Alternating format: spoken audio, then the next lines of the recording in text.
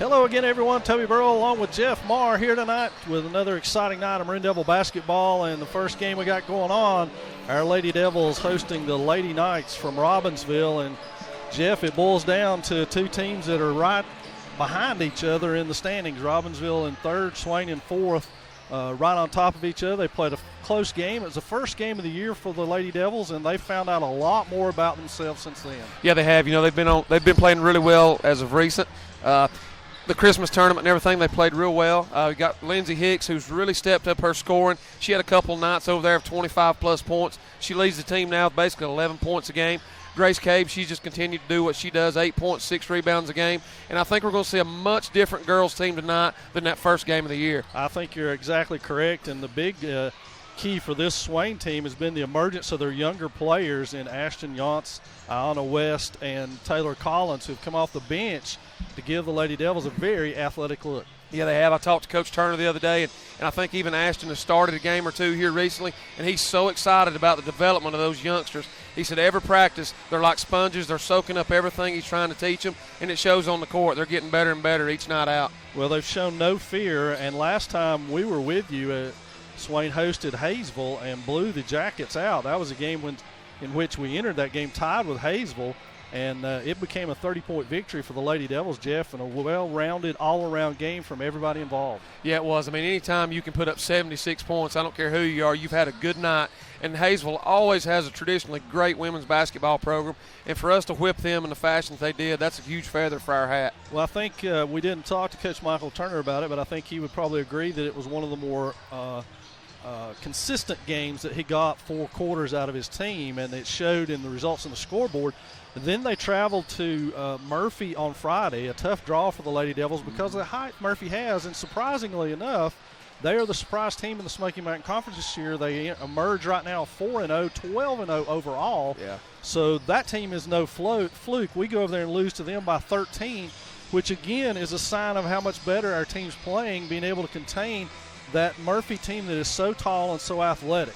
Absolutely. You know, and Coach Turner told me that particular night that's where our athleticism really rose to the forefront and really showed, as we were able just to outrun those girls several occasions down the floor and create easy baskets.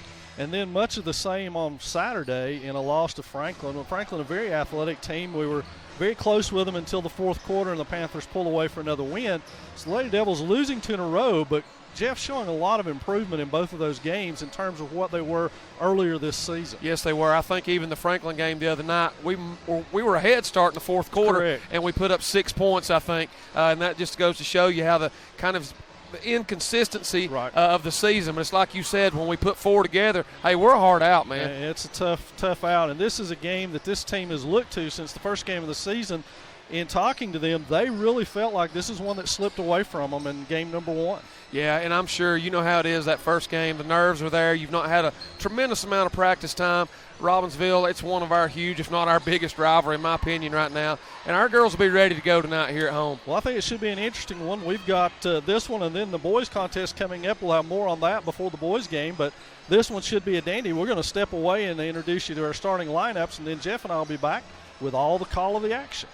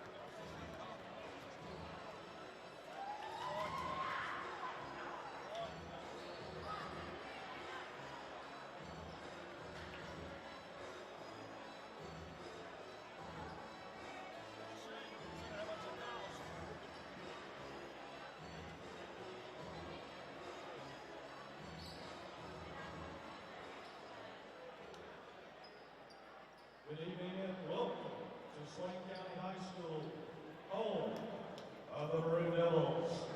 At this time, we'd like to pay tribute to this great nation of ours for the singing of our national anthem. We ask all in attendance to please rise, remove all headwear, and and then all talking and other distractions cease. Tonight's national anthem will be performed by Catherine Brown and Hannah James.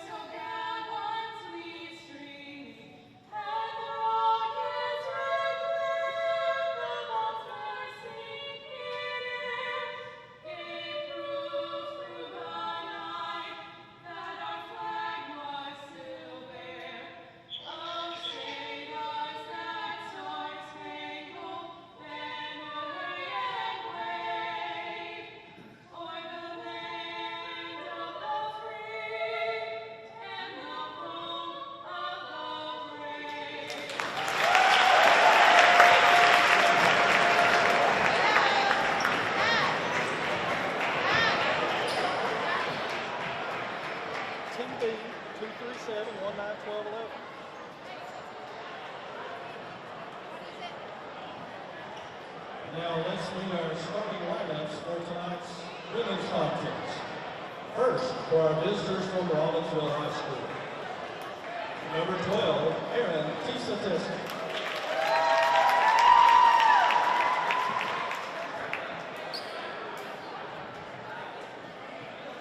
Number 20, Maddie Laurel.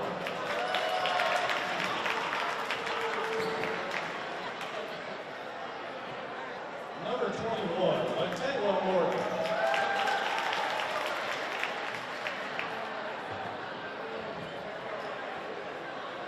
Number 22, Paige Collins.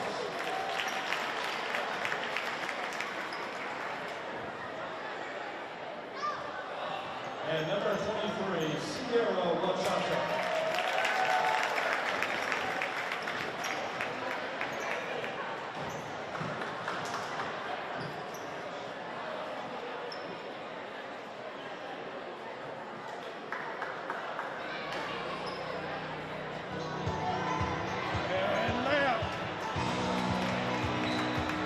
And now for your Lady Devils. And one guard number 12, Lindsay Hicks.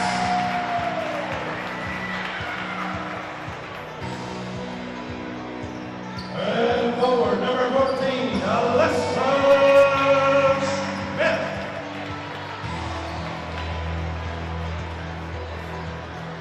And forward number 20, Gabby Jones.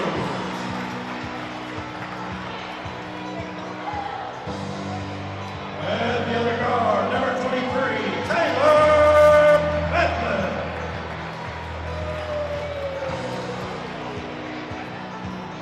And then forward, number 24, Grace Cage.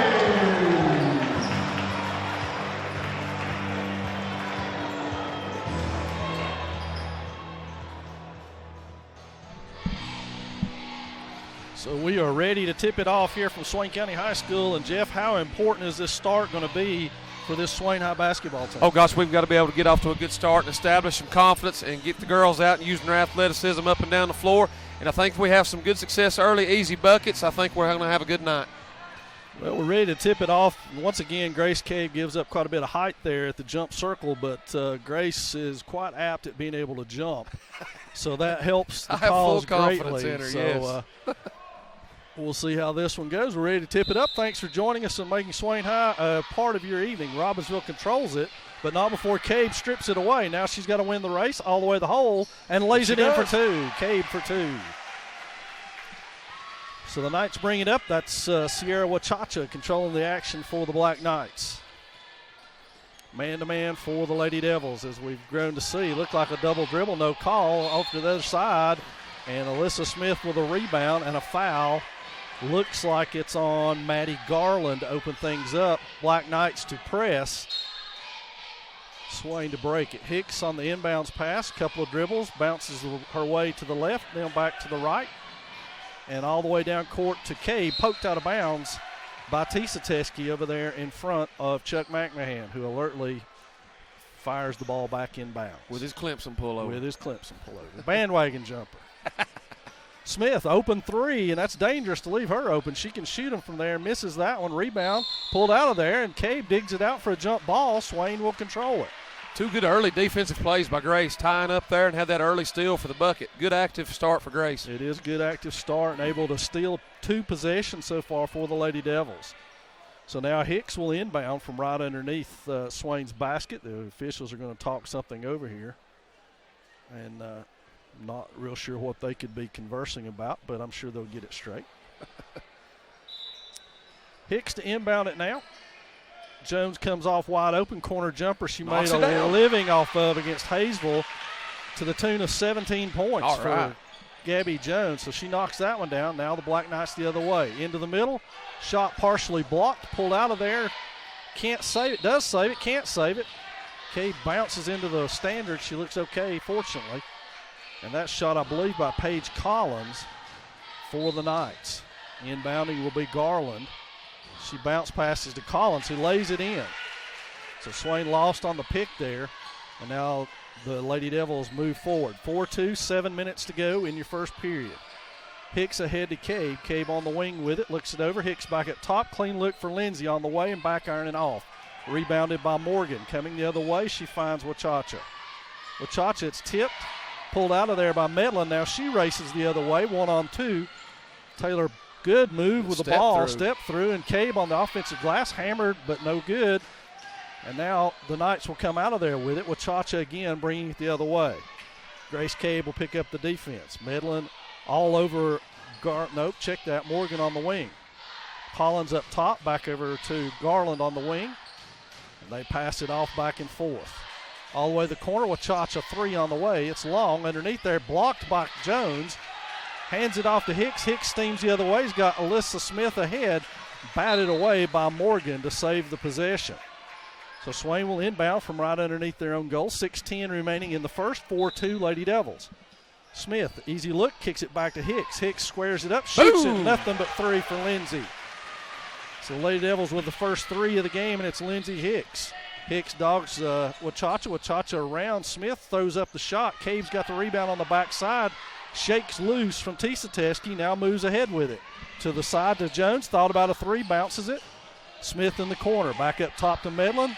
Medlin looks cross court and now resets the offense with Cabe on the wing. Jones posting hard in the block. Cabe goes by, tries to make a layup, fouled on the play, no call. Now the Knights steam out of there with it. It'll be Garland into the forefront. And that one's hammered by Hicks, and that's an easy foul call as Lindsay's making sure nobody gets an easy bucket there. And it'll be the Lady Devils' first of the game, and it'll be on Lindsay Hicks. To the line will be Maddie Garland. Garland, one of the 2 seniors that start for this Black Knight squad. Shot is good, and it's 7-3 now, Lady Devils.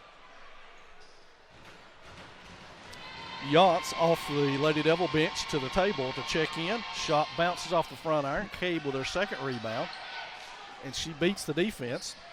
Now hands it off to Hicks. Hicks steams ahead, sees Smith open. Smith bounces it, regains possession. Cabe fires a 3. It's good. Boom, knocks it down. Grace Cabe with a big 3. Now she's back on Wachacha just like that.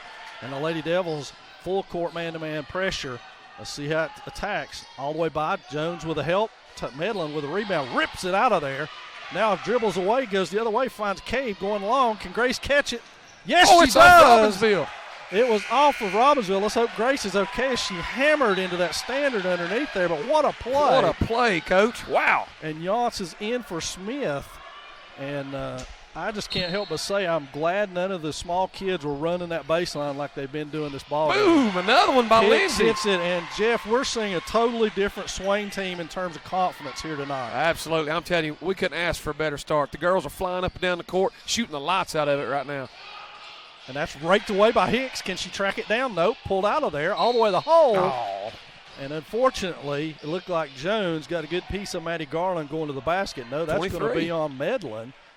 Her first. She seems to be the most puzzled person in the house, so she looked up the scoreboard to make sure.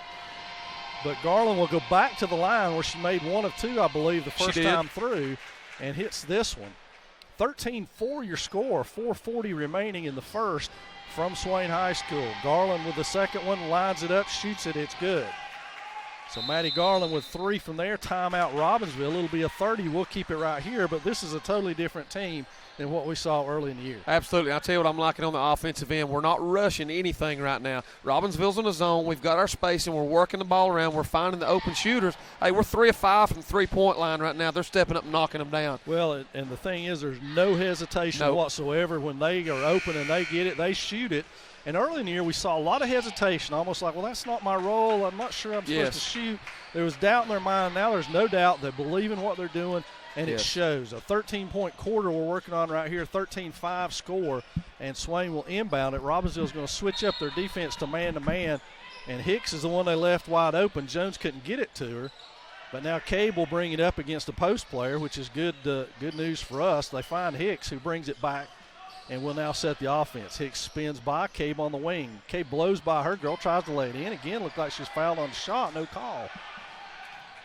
Robbinsville able to get some hands in as we try to shoot the ball. Good pass from Garland, and that's laid up and in. Nicely done right there on Maddie Garland's part. Good pass to Aaron Tisateski, and Tisateski makes that one go. Has a shot at the traditional three-point play out of that. Off the Robbinsville bench now will be Natalie Beasley, a sophomore, and she's ready to check in. Number that 20. Foul on Jones, I believe her first. It is, number 1.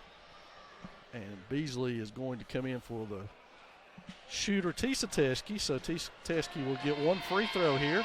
A chance to cut it back to within 5. That one bounces around and out, but Robbinsville quick to the boards, and it is off of Swain. It'll be Robbinsville basketball thanks to the heads-up play of Michaela Morgan. So also into the game is West for the Lady Devils. She gets Jones and Beasley for the Knights. Hicks gets a piece of that one. Now Collins dribbles it on the wing, brings it back out, dogged by Hicks. Goes inside to Garland, shot up and off. Yance tries to save it. Cabe does save it right into the waiting hands of Black Knights. Now it's on the floor, pulled out of there by Collins. And over to Garland, who makes one pass inside, and that's Morgan on the lay-in. So the Black Knights back to within 4 here in the first quarter. 3:50 and counting. That one raked away by Beasley, who goes in and lays it in despite the foul. No call on the play. And now Cabe will bring it up. She kicks it ahead to West. West can't catch up with it. And the Lady Devils becoming a little bit sloppy. Alyssa Smith back into the lineup. She's got Yance. And back in for the Knights will be Lovin and Walsh. So lots of subs here in the 3:39 mark. Wachacha will inbound for the Knights.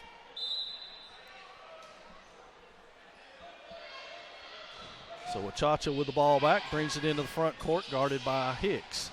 She hands it off to Morgan. Morgan to Walsh. Walsh dribbles it around and finds Beasley on the wing with it. Beasley one dribble, stripped away by Cabe and thrown away. Can Smith catch it? It was off of Wachacha. Heads up play by Alyssa Smith. 13-11 now your score after the Lady Devils had jumped out to a 13-4 or 5 margin. They have been scoreless for a while now. Hicks into the front court with her left hand, goes all the way to the hole, lays it in. Knocks it down. Lindsey Hicks takes advantage of her speed and quickness, going all the way to the hole. 8 early points for Lindsey. So here comes Wachacha. She steams by. Now Medlin has to come in and help. Shots up and off, out of the hands of Cabe. Thrown back in and saved, and it'll be tied up by Medlin and Wachacha underneath there. Taylor Collins getting ready to make her first appearance in the game, and Aaron Tisateski back in the game for Morgan. Smith checks back out for the Lady Devils as Collins brings a little bit of that height in for Swain. Good defense by Swain. Inside to Wachacha, blocked easily by Cabe. And here comes Hicks. 1-on-3, goes to her left hand again, all the way to the hole, lays it up and off. Collins with a rebound underneath. Poked out of there by the other Collins. Paige Collins for Robbinsville. Check that. Tisateski for Robbinsville. We got a foul on Hicks. That's 2. And that could be huge for the Lady Devils. We're at 2:39 in this first period of play. 2 fouls already on the Lady Devils' leading scorer. Maddie Garland back into the game for Wachacha.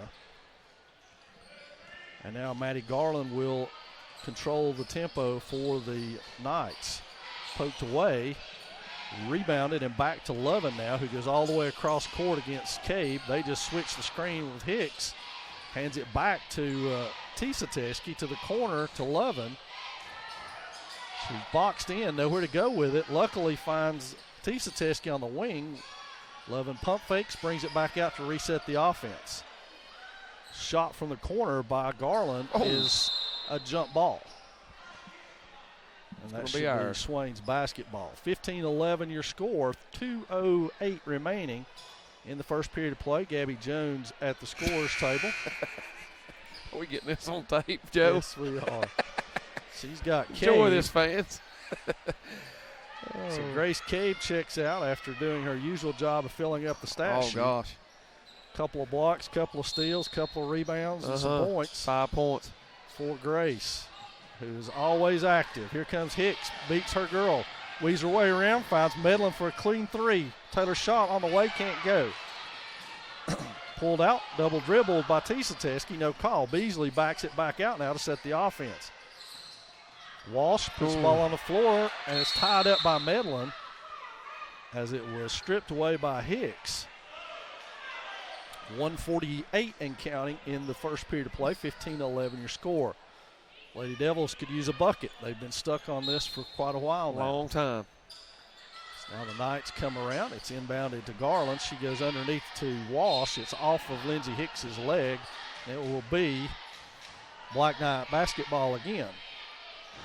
Coming up following this one will be the boys' game with Swain and Robbinsville doing battle.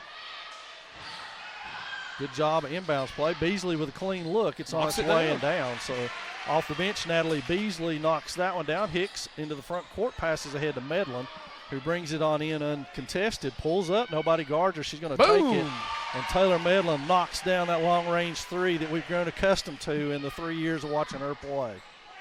Lady Devils' fourth three of the first quarter.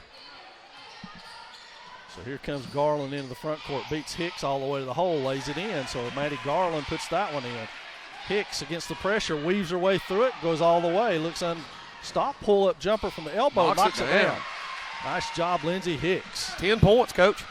She's off to a great start, and right on cue. We couldn't have queued up any better than that after talking about her hot play in our pregame. That's right. So this is Lovin on the outside against West. That's got to be 5 seconds. 5 seconds. Thank there you. Good Lord call. of mercy. Good call. So it'll be Swain basketball after the forced turnover by Anna West. And it will be Kay back into the Swain lineup. And she's got Taylor Collins out. So it'll be Jones to inbound from right in front of Neil Blankenship and Michael Turner. She looks, finds Cabe. Cabe turns, nobody on her, brings it across midcourt to set the offense. Loses her dribble momentarily, gains it back. Finds Hicks breaking to the basket, can't get it. That's off Robbinsville. Looked like to me a Robbinsville hand got on that one, but no call. Wachacha and Morgan off of the Black Knight bench, and they've got Walsh and Garland. Smith quickly back into the lineup for Hicks with 42 seconds left. Coach Turner does not want to risk that third foul in short time right here. So it'll be Wachacha bringing it up. She'll be picked up by Alyssa Smith. We're to 30 seconds and counting here. The Black Knights content to work for the final shot. Good jump by Gabby Jones with a steal. Comes up with it, finds Cabe. Cabe all the way to the hole. Again, Grace Cabe, no. And there's an elbow to Iona West's ribs. Blocked by Medlin. West on the ground now, and a quick jump ball called. As it looked like West may have had control of that, but a quick jump ball called. Great defense by the seniors, Medlin and Jones, with block shot and steal on that play. And it looks like it will be Swain basketball with 16 seconds left before the half. Now, who will bring the ball up for the Lady Devils with Hicks on the bench? She finds Medlin.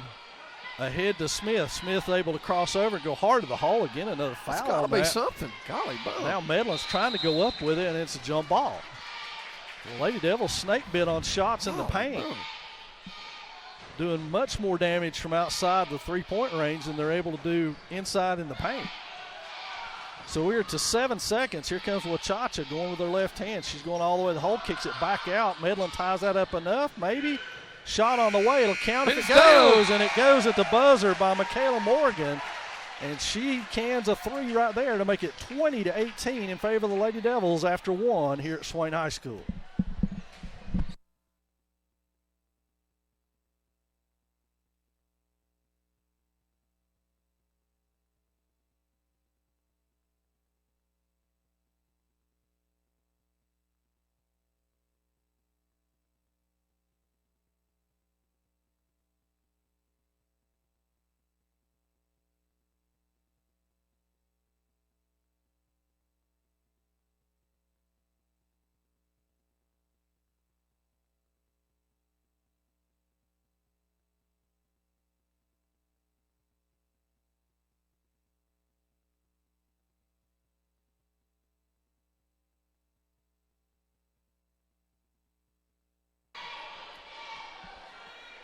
So we're back for second quarter action of what has been a dandy so far.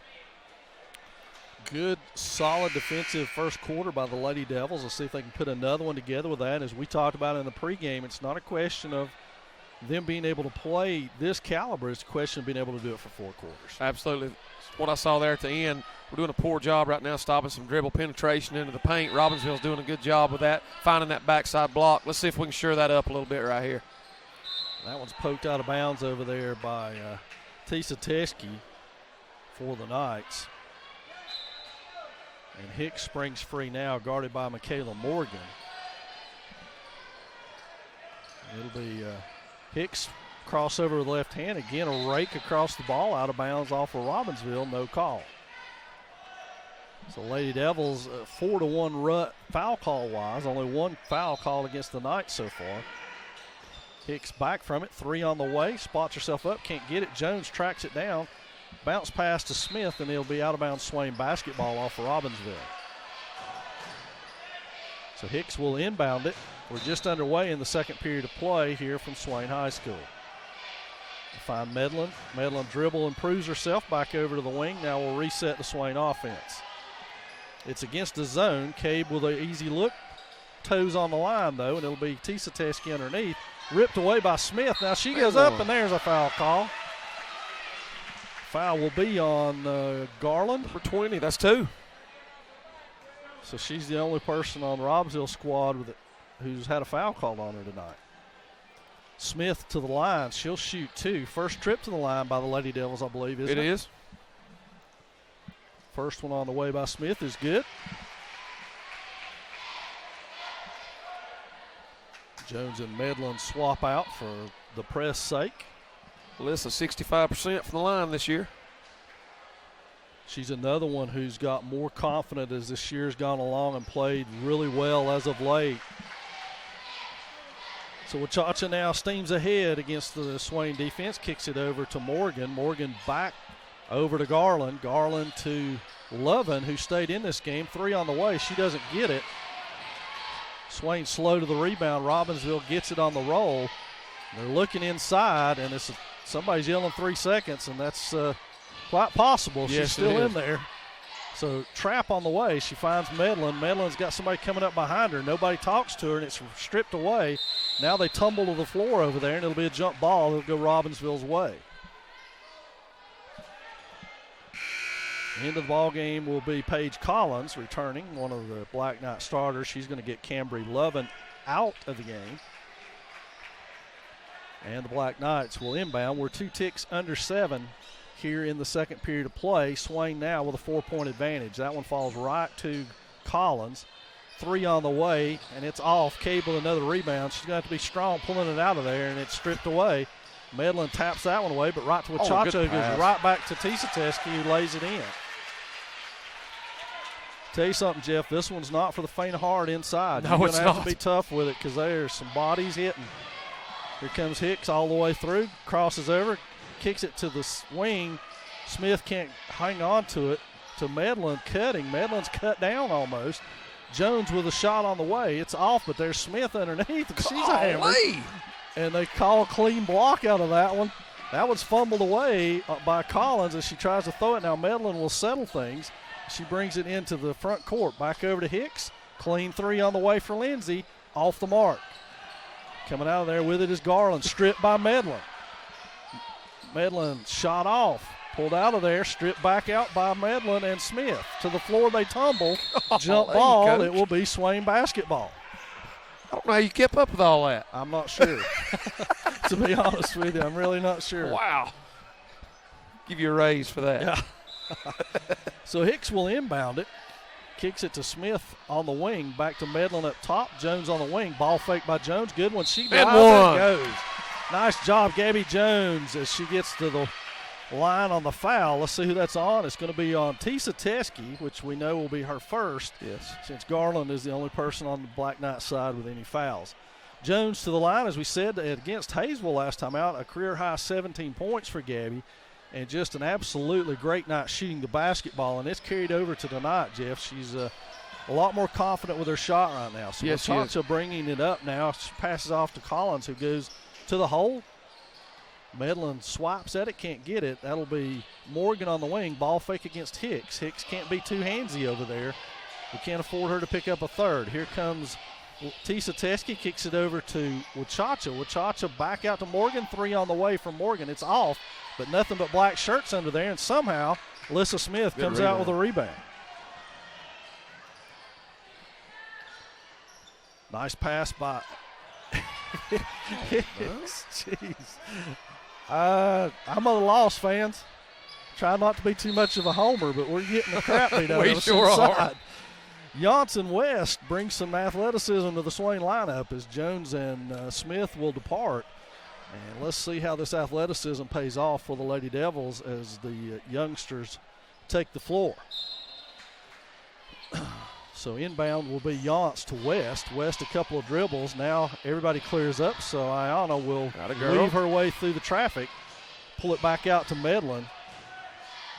Medlin directs traffic. Cabe over on the wing now. Looks for cutters, finds West cutting. Kicks it back to Hicks. Nice play. Look. Boom. Nice play. Ayana West, great pass.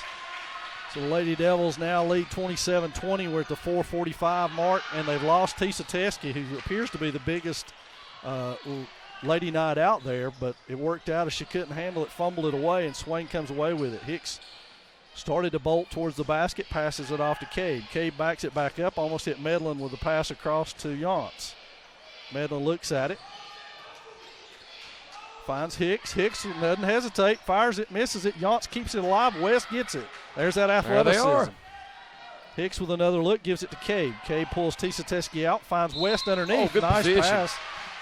And immediately we see benefits from Yance and West being in this game. Oh, gosh, man, I tell you, they're like two little jitterbugs out there running around. Hey, honest, you did a great job bringing that ball down. Coach, you wouldn't have seen that earlier in the year. She would have hesitated, you're right. Maybe turned it over, but for sure looked to get rid of it. Absolutely. 5 new Black Knights into the lineup, 4:10 remaining in the second period. And Swain will inbound it from under their own bench, or basket rather. West improves to Medlin, who doesn't even hesitate on the way. It's off. Cade pulls that one down, then is taken down. And again, the rough play paying off for the Knights so far, as it'll be a Knight possession after Cade spills to the ground upon getting the rebound. So inbounding it for Robbinsville, Cambry Lovin. And new to the game is number 13, Abigail Knight, who will control the action now as the point guard. Lindsay Hicks has her. Hicks with a little bump, no call. Knight with a near walk, but West comes out of there with it. West is going to win the race. Can she make the layup? She gets a foul call. So Ayana gets the foul call out of it. And we'll go to the free throw line. 3:45 remaining, 27-20, and 4 fouls each now as things have evened out a little bit in the foul department. West, first one bounces side rim and out, so she'll get her second one.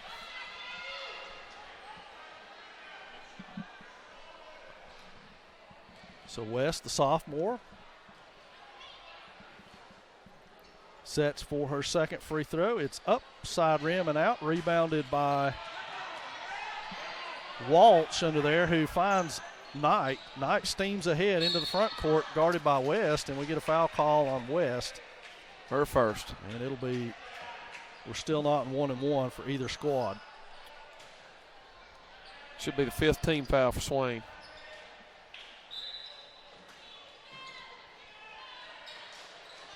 That one almost hit Taylor Medlin, and then she's hammered after coming away with the ball. And so that will be on Knight, who's already picked up 2 fouls here. And it looks like, no, they're going to continue to pressure. Yance will inbound. 27-20 still your score. We're at 3:38 and counting. West circles around, Cabe with the ball, and she'll walk it up against Katie Walsh. No, she'll run it up against Katie Walsh. Pulls it back out, kicks it over to Medlin. Fakes a 3, goes all the way into the paint, lays it up off the rim. Rebounded out there then poked out of bounds off the referee. And now Robbinsville will settle things and bring it up.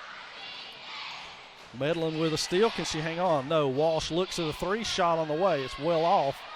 Cave gets it on the way down. Now is laying on the ground, and we've got a jump ball again. And this one will go back to Swain. Alyssa Smith off the Swain bench and will check in. Gabby Jones will follow suit. And Jones is going to get Cabe, who looks to be limping just a hair after that rebound. Number 7. 7 rebounds so far. She says she's okay, but she'll get a little attention over on the Swain bench, and we'll see how things work out. Still 27-20, 3:09 remaining in the second period. Gabby Jones will be the trigger person now. Hicks comes off the screen. They find her immediately. She's guarded by Knight. Crossover by Hicks. She's beat her already. Now steams ahead, finds West on the wing. West shot off the top of the backboard, no call. And that'll be Walsh with a rebound. She's already dribbled, so she passes off to Abigail Knight, who walks it into the front court. Things have been a little hectic with both these units on the floor. Now all the way in and the pass from Beasley goes out of bounds. Good pass by Beasley. And now the starting 5 for the Knights check back into the lineup. So a quick 2-minute breather for the Black Knight starters, and they're back into the ball game. And I'm assuming they couldn't have drawn it up any better. They didn't lose any ground with them out of the lineup. So West passes off to Jones, who will bring it up uncontested. Passes off to Hicks, who backs her way in, now guarded by Michaela Morgan. Crossover by Hicks, kicks to the wing. Smith 3 on the way, rattles around and out, but there's Yance with a rebound. Tries to shoot it with an extra hand in her shot, and it wouldn't fall for her. Holy cow. Smith, this time ball fakes, goes all the way to the hole, has it stripped away. Yance with a rebound. Somebody falls over her, and Michael Turner Good alertly timeout. calls a timeout to save that possession with 2:10 left. Things have gotten really hectic over the last 4 minutes. I'm telling you what, Coach, so far it's been a 7-2 quarter in our favor. Obviously, that's a good thing. But, man, that ball's been all over this court, it seems like. Girls chasing it, jump balls, swatted balls. It's just been hectic, like you said. Bodies on the floor, Yeah. Bodies knocked down. Elbows to the mouth. A lot of contact in the paint. There's no doubt about that. There's a lot of contact in there. So the Lady Devils will break huddle now. And Grace Cabe lobbying to go back into the lineup is rejected and will go sit back down. So Hicks will trigger it in. It's West, Jones, Medlin, Smith, and Hicks for the Devils. And out of the game comes Maddie Garland, who, as we indicated, has 2 fouls for the Knights.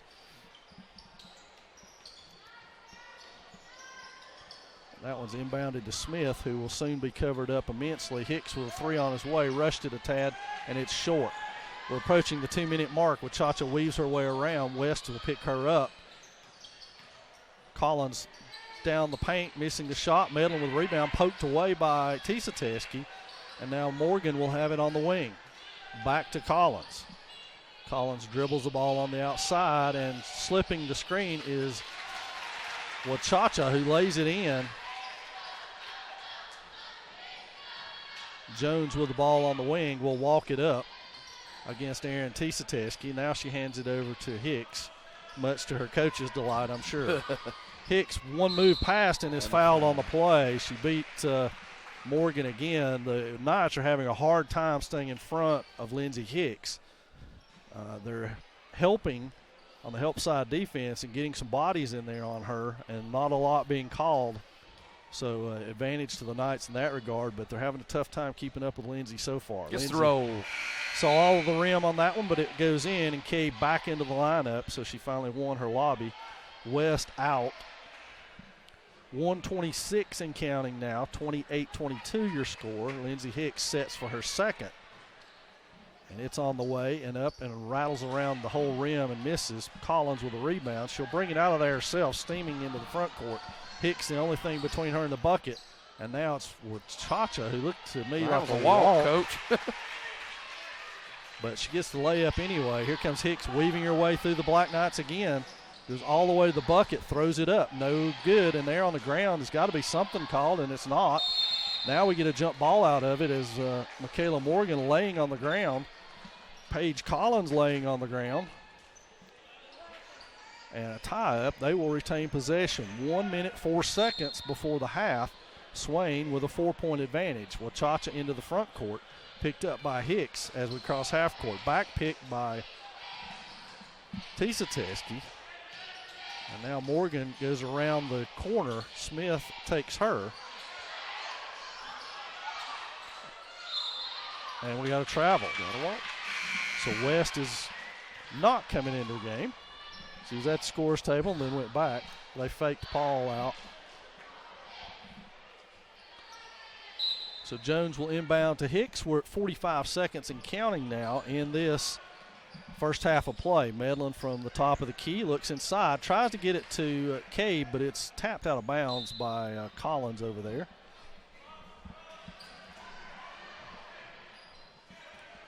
So Swain will inbound it from right over at the Y in Swain County.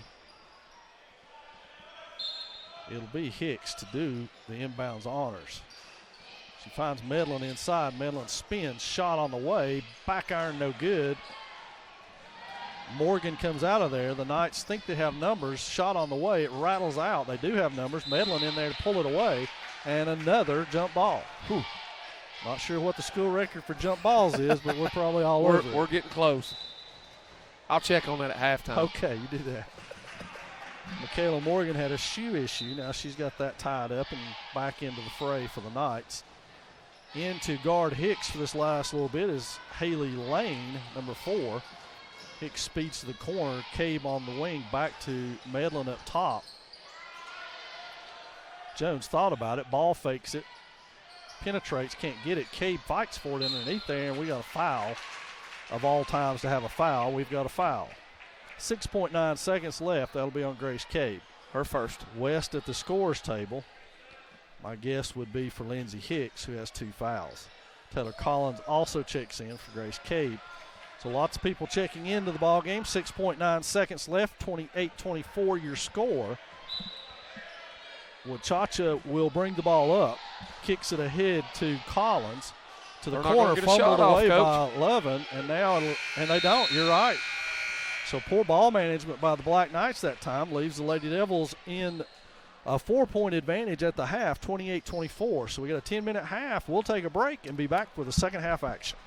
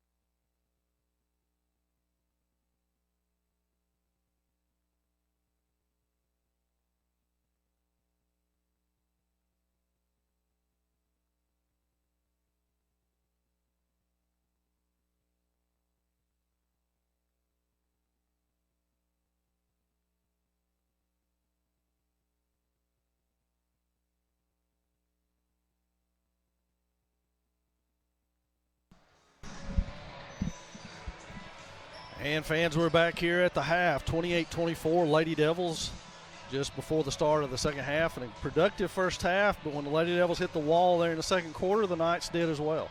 Absolutely. You hear me? Sorry, guys. Barely. Just making sure. Yeah. Yeah, we started off on a hot note there. We hit 4 early threes there in the first quarter, cooled down to 1 for 9 in the second quarter. I think it wound up being an 8-6 quarter overall. So, yeah, a lot of sloppy play on both sides. There's a lot of contact. That slowed down the shooting percentages dramatically. Lindsay Hicks leads the way with 14 points for game high. Also, Grace Cabe with 5, Gabby Jones with 4 for the Lady Devils. Rebounding-wise, what does that look like over there? I can't see that quite as well. Well, Grace leads us with 8, and then it's kind of 2 or 3 on down the line from there. Alyssa Smith has 3 rebounds, also has 3 assists. So good job by these. As we said, this team has grown so much, and that would have been a quarter, quite frankly, where they could have easily lost their way and didn't. It's funny to kind of watch some of the girls we noted earlier about Ayana. You can just see the confidence in all the girls, and it's cool as a coach to see how far they've come from beginning to right now. It's also going to be cool to see how they go from now to even the end. Exactly, and I think if you're looking for a slow quarter in terms of the Lady Devils, that may have been it, I hope.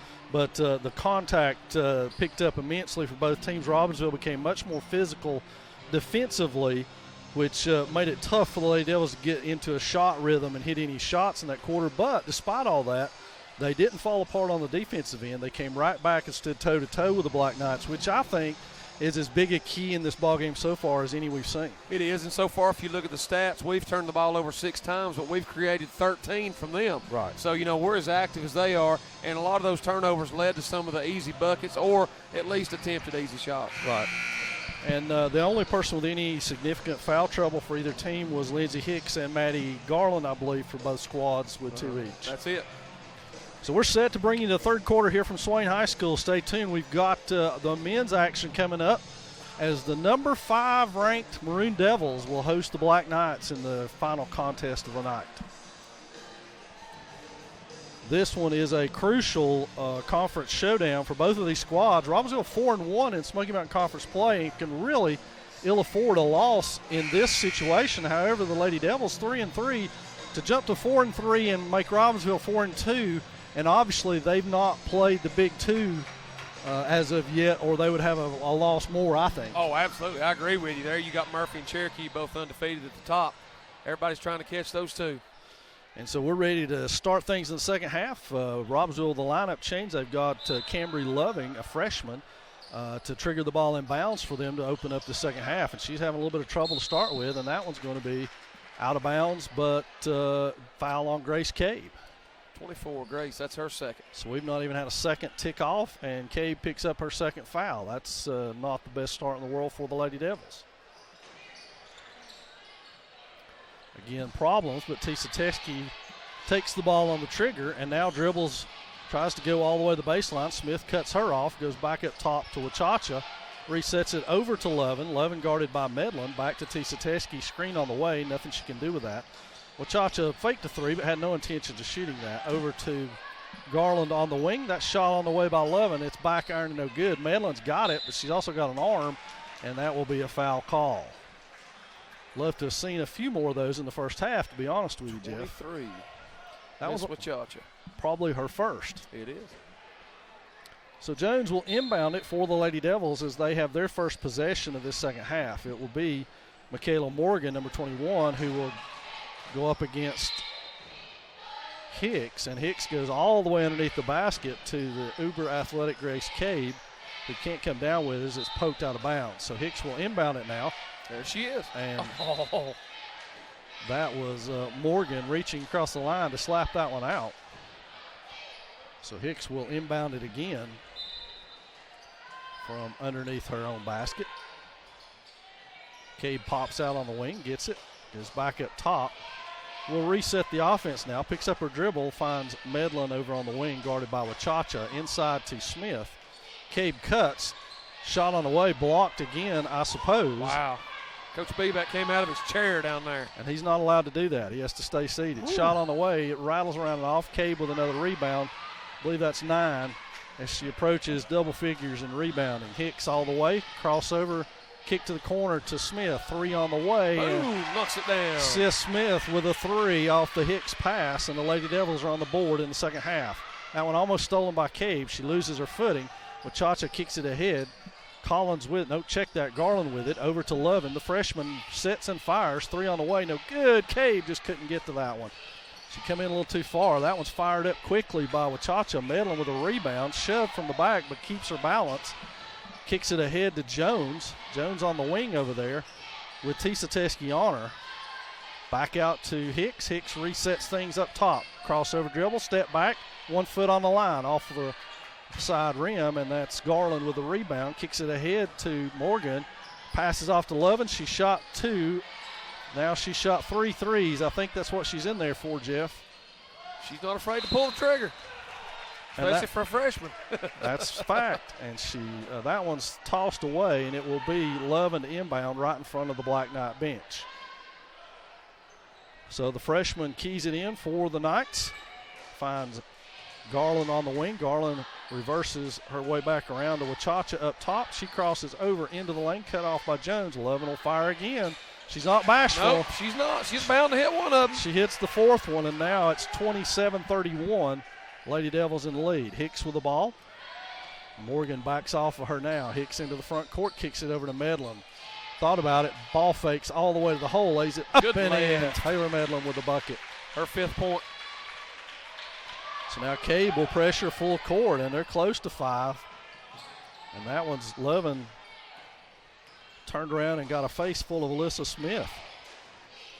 Off the double screen, nowhere to go for the freshman. Tipped out of there by Smith. Can she control it on that sideline? She does. Kicks it ahead to Cabe. It's knocked away, but Cabe's able to get it back. Goes up and is hammered. So we got a foul on that somewhere. 23. It'll be on Wachacha. So quickly, Wachacha with 2 fouls to open this second half. Grace Cabe back to the free throw line. 5-16 in your third. Cabe to the line for 2 shots.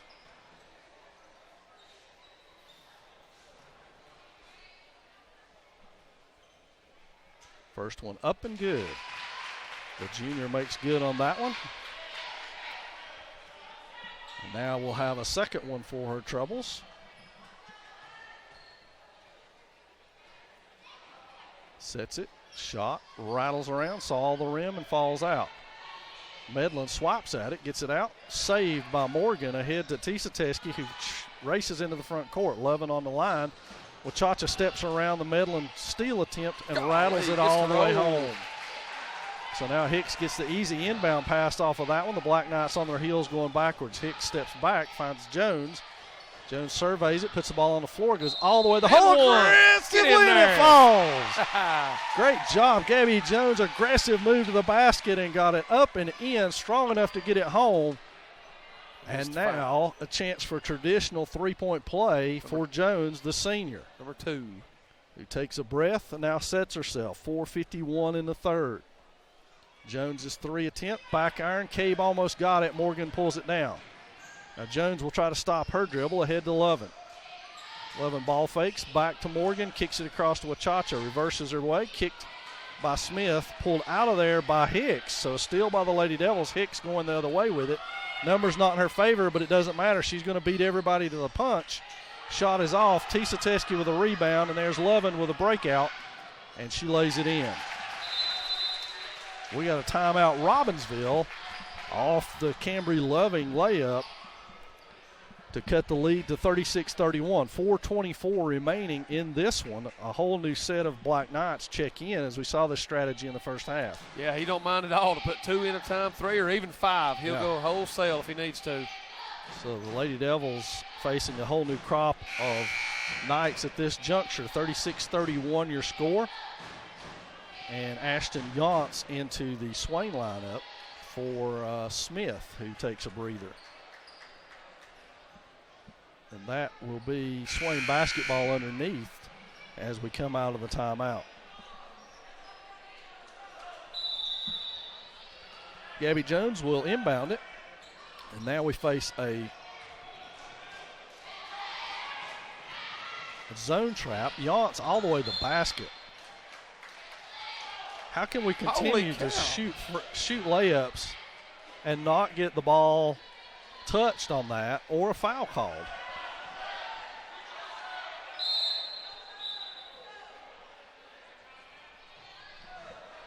No, we don't want a timeout. Lots of confusion. Yeah. Unfortunately, most of it by the officials. All of it. So now Knight tries to bring it up against Cabe.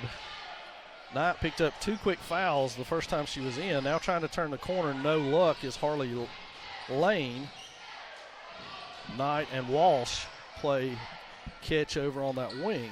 Knight dribbles it around. Hicks swipes at it, no good. Back to Collins up top. Collins tries to go inside to Walsh. Walsh's shot is up and a foul on Jones. And how do you get that call from the no call on this end? It's crazy. I don't understand it, Coach. Now, granted, I'm not saying that Gabby Jones did not foul her. Coach, I don't think she got the foul. I'm just saying. That was on Grace Cade, Coach. How is that? How is that? I have no idea. That's what he called, and I looked up there. I thought I was seeing things. Her third. Well, that's 3 on Cabe, and I'm not sure how, not only was that call made, but who it was on.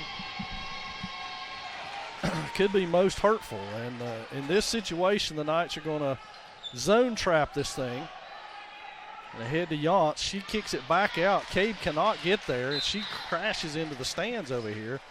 So turnover, 3:42 remaining. 3-point lead for the Lady Devils. That's 3:42 in the third. Knight inbounds to Lane, and now Knight will walk it up. Hicks picks her up at the midcourt stripe. Here comes Beasley all the way around. Hicks takes her, and now a screen by Lane. Inside, poked away. Yance can't get there. Walsh pivots, back out top to Knight. She kicks it all the way across. Shot on the way by Lane, in and good. So we're back to a 1-point game, 36-35, here at the 3-minute mark. So Swain walks it across. Medlin attacks now. Crossover all the way to the hole and a foul. So Taylor Medlin will go to the line. 3 minutes, 6 seconds in your third.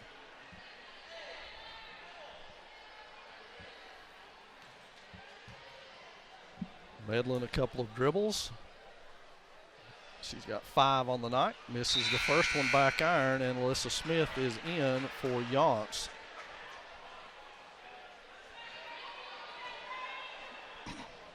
So Medlin will shoot her second now. The Lady Devils holding a 1-point advantage. That one's out. Walsh with the rebound.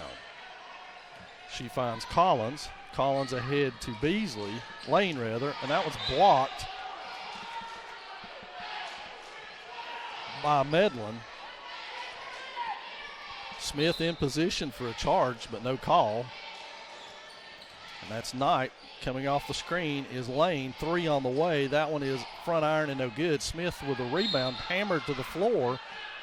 And the gentleman standing at midcourt makes the call. So West will check in for Cabe, who has 3 fouls now. And Jones will inbound. She finds West, back to Jones. Jones ahead to Hicks. Hicks reverses herself out, back with her left hand now. Collins on Hicks out top. She finds Jones. Jones wide open to the basket. Get in there. And almost got another traditional 3-point play as she's fouled on her approach to the basket. That's going to be Knight, her third. And Gabby Jones will go to the line with a chance to extend this Lady Devil lead again. Jones with 6 points, make it 7. And with a chance to stretch it to 8 here.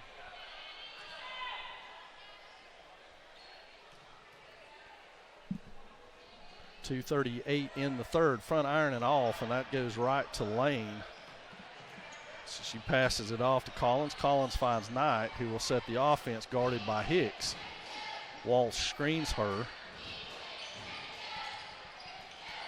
And that's West doing her very dead level best to get the ball out of there. That a girl. Jones pries it loose from West, and here comes Hicks steaming the other way. Finds Smith in the corner, thought about it, back to Hicks, 3 on the way, and it's good. That's huge.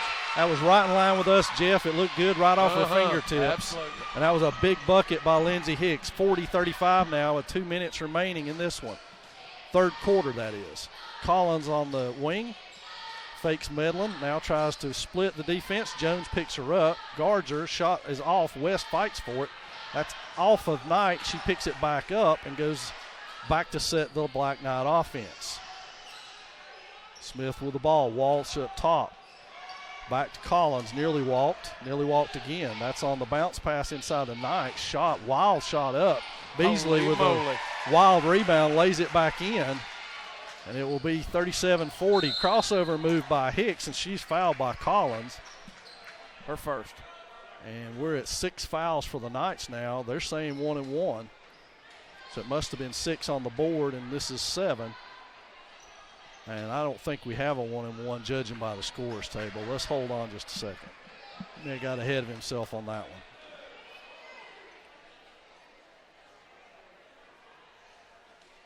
Oh, they didn't know who the foul was called on. It was on 22. 22.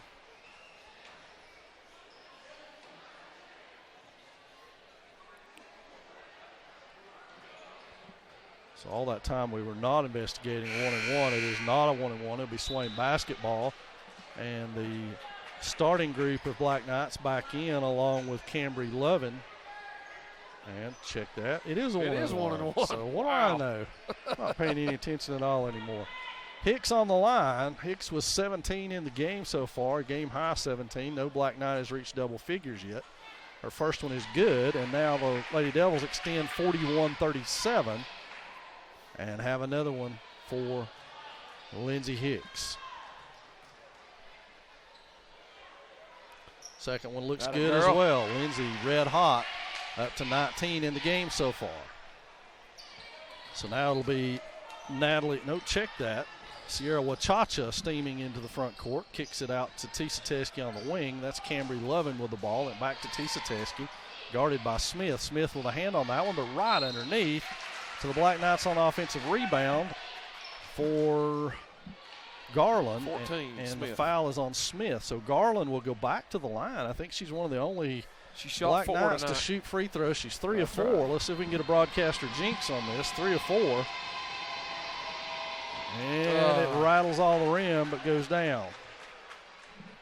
So 42-38, 112 in the third of this one, which has been a good one from the get-go. If you've not been out to watch these Swain teams play this year, you need to make it out.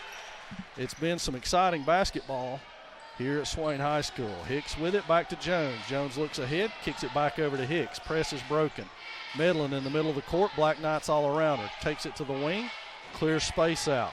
Now to Hicks on the wing, asking for it, shot on the way, off the back iron and no good. It'll be Black Knight basketball. I love the fact Lindsey wanted the ball, though. Oh, absolutely. You can tell right now she's feeling it. She wants it. She don't mind to take it. And as a coach, absolutely fire it. Smith out, Yance in, Collins in, Medlin out. You know, there's such a difference, though, in her shot. And this is going to sound ridiculous, but there's such a difference in her shot when she's able for just a thought to get her feet set. Absolutely. So much different. So Cabe, Yance, and Collins check in for the Devils. That's Lovin, another 3, and that's good. So the freshman's starting to heat up.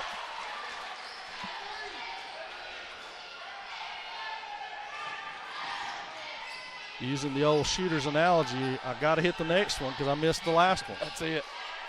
Hicks again, no hesitation. Shot on the way, back iron. Can Jones track it down? She does. Good job. Taylor Collins all alone inside, and Wachacha has no choice but to foul her. She was all by herself. Good job by Jones to save the possession. Good heads-up play with the pass. And the freshman, Taylor Collins, will go to the line for a pair of free throws. Robbinsville incredulous on the call, but it looked like a foul to me. Yeah, absolutely. Me too, right across her forearm. That one's off by Collins. 42 all. We're tied. Collins with another one, 25.6 seconds left. Shot is all around the rim and no good. That's Morgan with a rebound, dogged by Jones and Cabe down there. Now here comes Wachacha steaming ahead to Tisa Teskey. They find Levin over there, and she doesn't hesitate. Front iron and off, and Cabe with a rebound. Tries to outlet pass it, gets hammered. No call. We're to 10 seconds. She steams ahead into the front court now. Hicks alone for a 3. She's got it lined up. Good look. All the rim, no good. Collins with a rebound, jump ball. Our ball. And with 2.8 seconds, Swain will have another possession thanks to Taylor Collins. Medlin and Smith off the bench for offense. Knight and Lane off the Robbinsville bench to preserve fouls for Garland and Wachacha. Hicks to inbound. 2.8, plenty of time to get a shot off. No time to dribble anywhere, but plenty of time to get a shot off. Back to her. Back to her. Hicks There doesn't it is. hesitate, Boom! nails it at the buzzer. Lindsey Hicks with another key three right there, and the quarter ends with the Lady Devils on top, 45-42. We're going to be back with exciting final 8 minutes.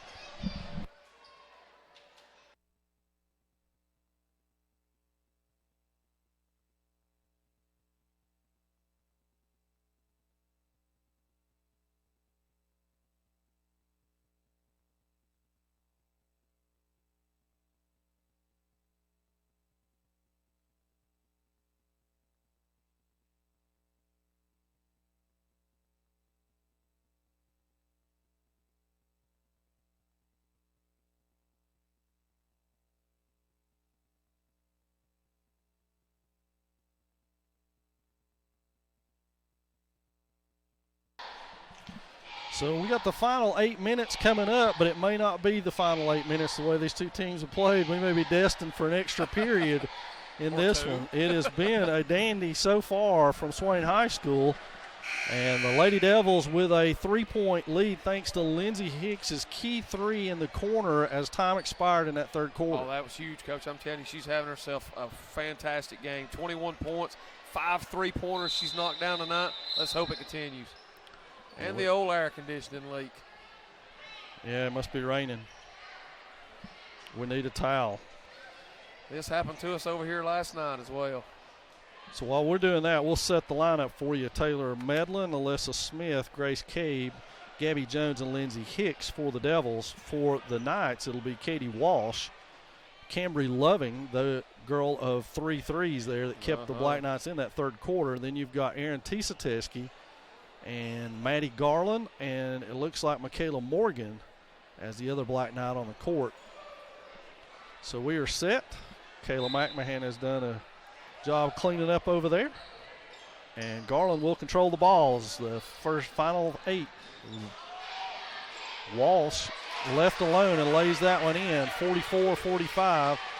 Still a zone trap. This time Hicks gets the penetration out of it. Jones doesn't hesitate on that wing, and it's good. Is that 3 or 2? Looks like 2. Must be a 2. So Gabby Jones with her toes on the line, but cans a big shot over there off the Lindsey Hicks pass, and now it'll be Garland against Hicks into the front court. Back to the corner, Garland 3 on the way. That one's back iron and finds a way home. Was that a 3? That was a 3. Okay. Swain breaks the pressure pretty easily.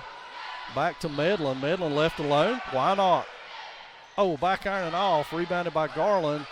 Cabe tries to get a hand in there to poke it loose and can't. Ahead to Michaela Morgan, and she gives the Knights a 49-47 lead. Cabe with it into the front court. Pulls it back out, finds Jones. Jones doesn't hesitate with a 3. Back iron no good. Garland with it. Smith tries to pry it away, but here comes Garland.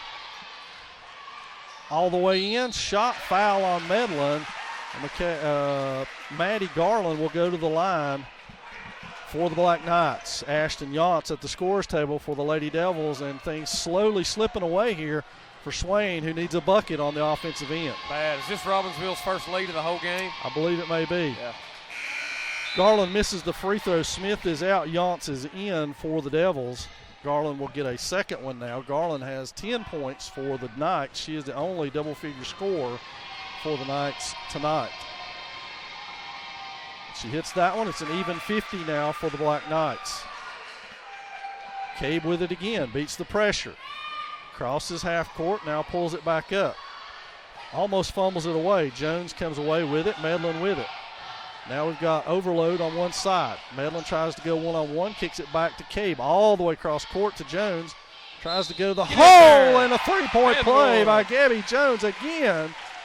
Finding her way to the basket and drawing another traditional 3-point. That's on Garland, who is the only significant foul trouble for the Knights. So Jones goes back to the free throw line with a chance to tie things up. It's off the side rim and rebounded by Tisa Teskey. So Jones now with 12 for the Devils. That's Loving, chased off the line this time by Hicks. Walsh posts Hicks up, almost walks. Ball spills to the floor. Nobody can get it. Out of there with it is Loving. And we got a jump ball finally. It's going to be ours.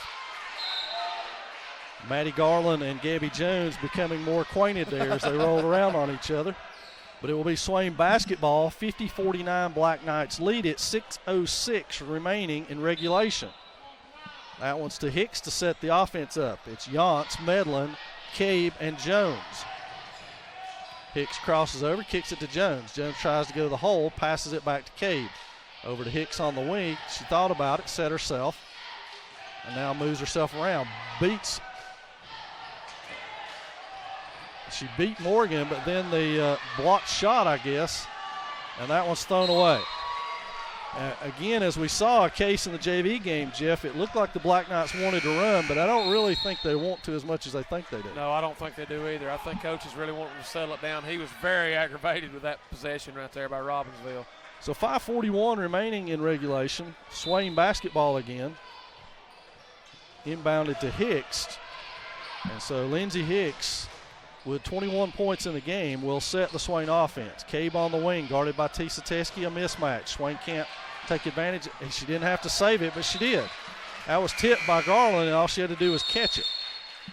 So into the game will be Paige Collins. She's going to get Tisa Teskey out, so Garland, or check that, Collins. Name's starting to run together for me. Wachacha goes all the way through. Cambry with the three, and that's pulled down by Yance over on that wing. She backs herself down, hands it off to Hicks. Hicks against Beasley, crosses her over, kicks it back outside to Medlin. Clean look at a three over there, front iron no good. Rebounded by Garland. Medlin fouls her, or Paige Collins, check that, with 5:08 remaining in this one. It's going to be her third. Robbinsville basketball. Still a 1-point lead for the Knights. Wachacha now will set the Robbinsville offense. Yance with a steal. They thought they had Walsh open, but they did not. Jones all the way to the corner with it, kicks it back out top, and Yance can't get it. Hicks can't get it. It'll be backcourt. So it'll be Robbinsville basketball. Smith checks in. It's got Jones out.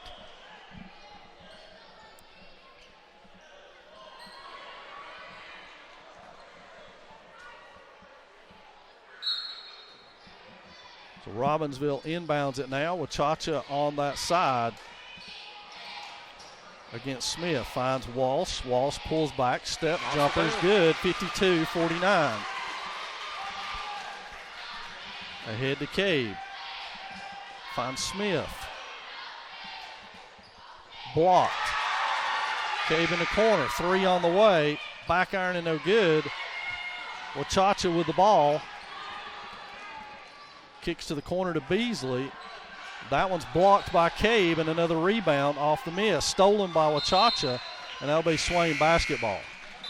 Swain desperately needs to settle things down here and get a good look at a basket in this possession. Down 3, 4:18 remaining. Smith and West back into the ball game.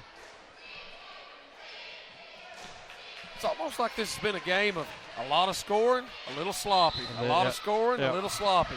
Yeah, I think you're right. To the wing to West, who puts the ball on the floor, pulls it back out, looks inside, nothing going, finds Jones back out top. She goes to Yance. Yance goes with her left hand, which we've seen her do repeatedly this year. She goes down in a heap and a jump ball. He's going to give coach a timeout. And we got a timeout. He gave it to him. So Swain will take a timeout with 4 minutes exactly remaining in regulation here. Swain trailing by 3. A key possession save there by Coach Michael Turner, as Swain needs to run a play out of this and get a good look.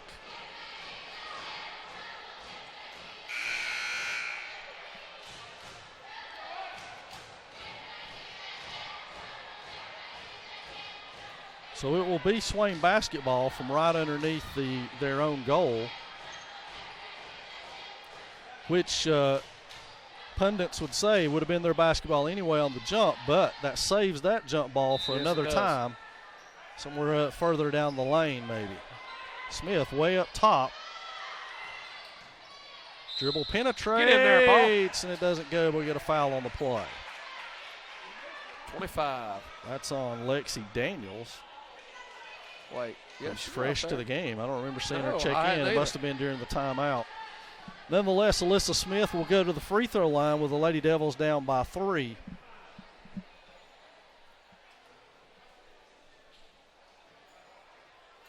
Front iron and no good. So Swain struggling from the free throw line here in the fourth.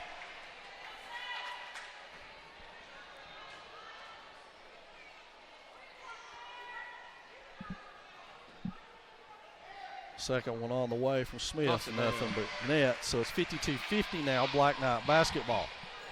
Wachacha will control the ball on the wing, guarded by Hicks. She puts her head down, going to the hole. Comes back off of that screen, up top to Walsh, guarded by Smith. Comes off the screen. Tisateski to the hole. Jones helps. Good help. Good rebound by Smith. Clears herself, stripped out of there by Beasley. It'll still be Swain basketball. Quickly off the bench is Tisateski and Cabe for each respective squad. Cabe for Jones, Tisateski for Daniels.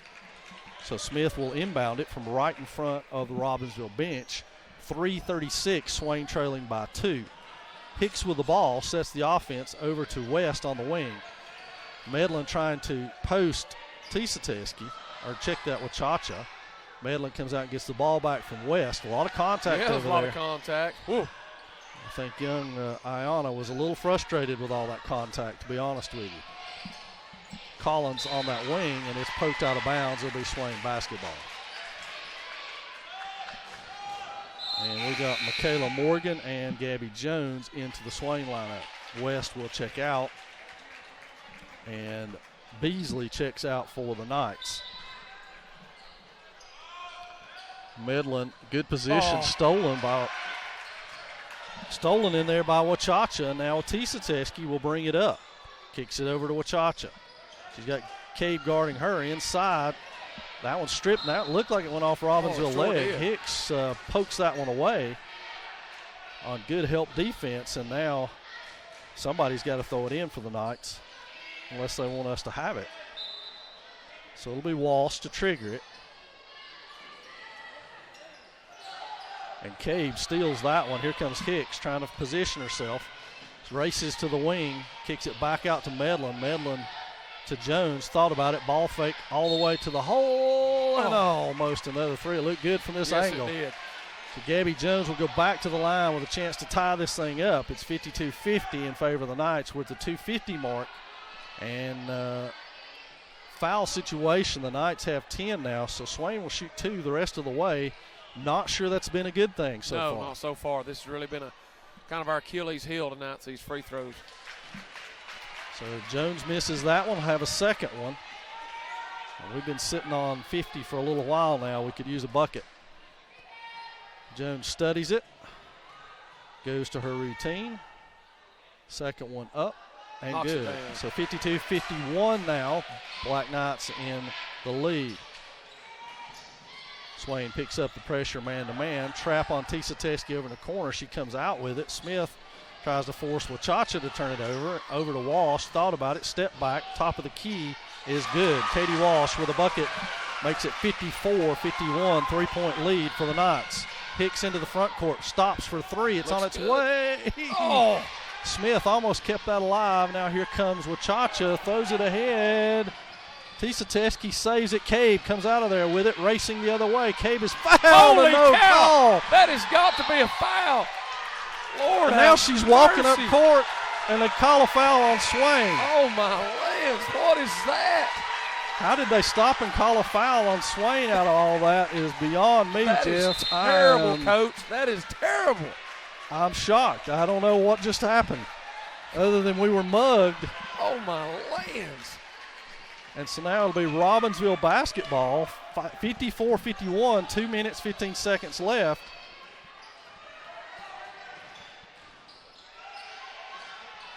And they work the ball on the side over there. They can take as much time as they want. They've got a good lead. That one's stripped. Jones takes a charge. Somebody's down for Swain. That's Smith. It's Smith. She takes a charge right there. No call again under the bucket. And we've got an injured Lady Devil, Alyssa Smith, down on the play. Wow.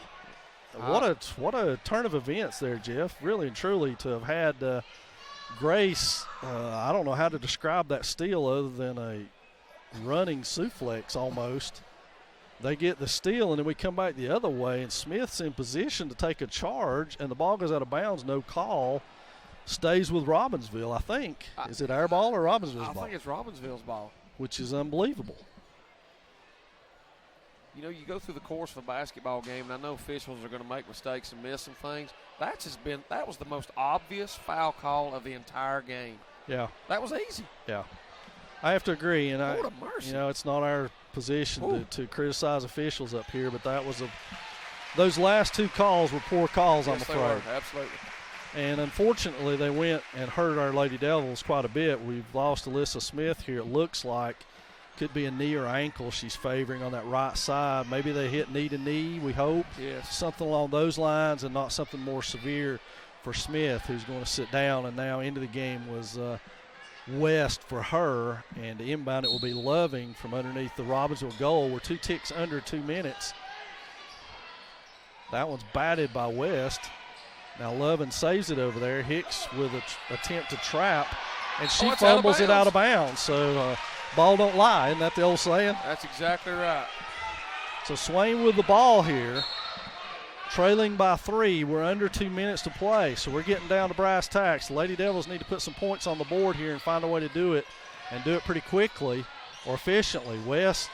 Jones with a left hand. Holy cow. Scoops that one home, and it's 53-54. Swain on the defensive end now. Garland with the ball. Cabe and Hicks. What have we got? Holy cow, man. Woo. Moly. Okay, so we got a foul on Lindsay Hicks, which should be her third to set the cases. We're in 1-1. This will be Garland, who always seems to find her way to the free throw line. Shot is up and off. Cabe with a rebound. Hammered, now pushed to the ground, and a jump ball. It's going to stay here. What do you do? I mean, I don't know what you do. I don't know. Cabe had full possession of the ball, was pushed to the floor by a body check, and now it's Robbinsville basketball. Garland. Boy, there's Garland. More importantly, there's Loving for 3. Yeah, wow. And we got timeout after we've already inbounded the ball now. Robbinsville granted timeout. We had the ball up the court. Yes, we did. So it's a full timeout. We'll leave it here. It's 57-53 now, and I know what that timeout's about. They don't need to shoot it again. That's exactly right. And that's the instruction. And they don't need to commit any crazy fouls. That's the instruction. Just keeping a hand up, and the Lady Devils have got to find a way to hit some shots. More importantly, they got to find a way to stay on their feet and not get knocked down. That's exactly right. I've never seen anything like the last couple of minutes, the turn of events we've had to watch here. It's been something. Wow.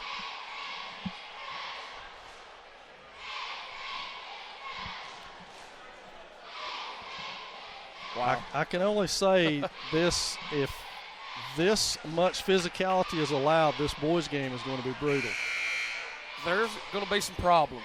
Yeah, that's an understatement. But there has been a ton of contact allowed underneath.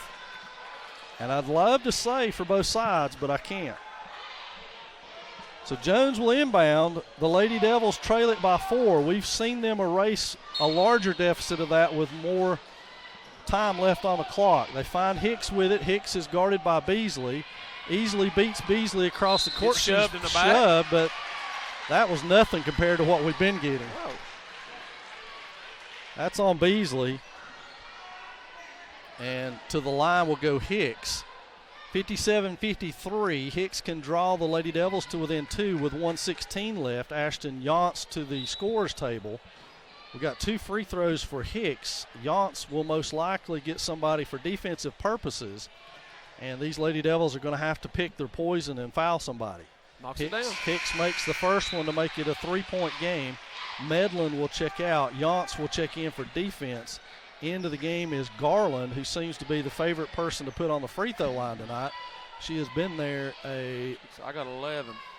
Bunch, 6 of 9. Yeah. Hicks hits them both, so it's a 2-point game. Walsh with the ball. Up court. Walsh shoots it. She misses it. Yance with a rebound. Good position. Finds Hicks. 1 minute and counting. Hicks steams into the front court. Bounce passes it to Cade, but it's out of bounds off of Garland. Medlin in for Yance for offense. So 57-55, 1 second under a minute now, 59 seconds left. Jones with it, back to Hicks. Hicks ball fakes and proves herself. Jones with it, thought about it. Puts the ball on the floor, finds West. Don't panic, we're in good shape. Oh. That one rattles around and out.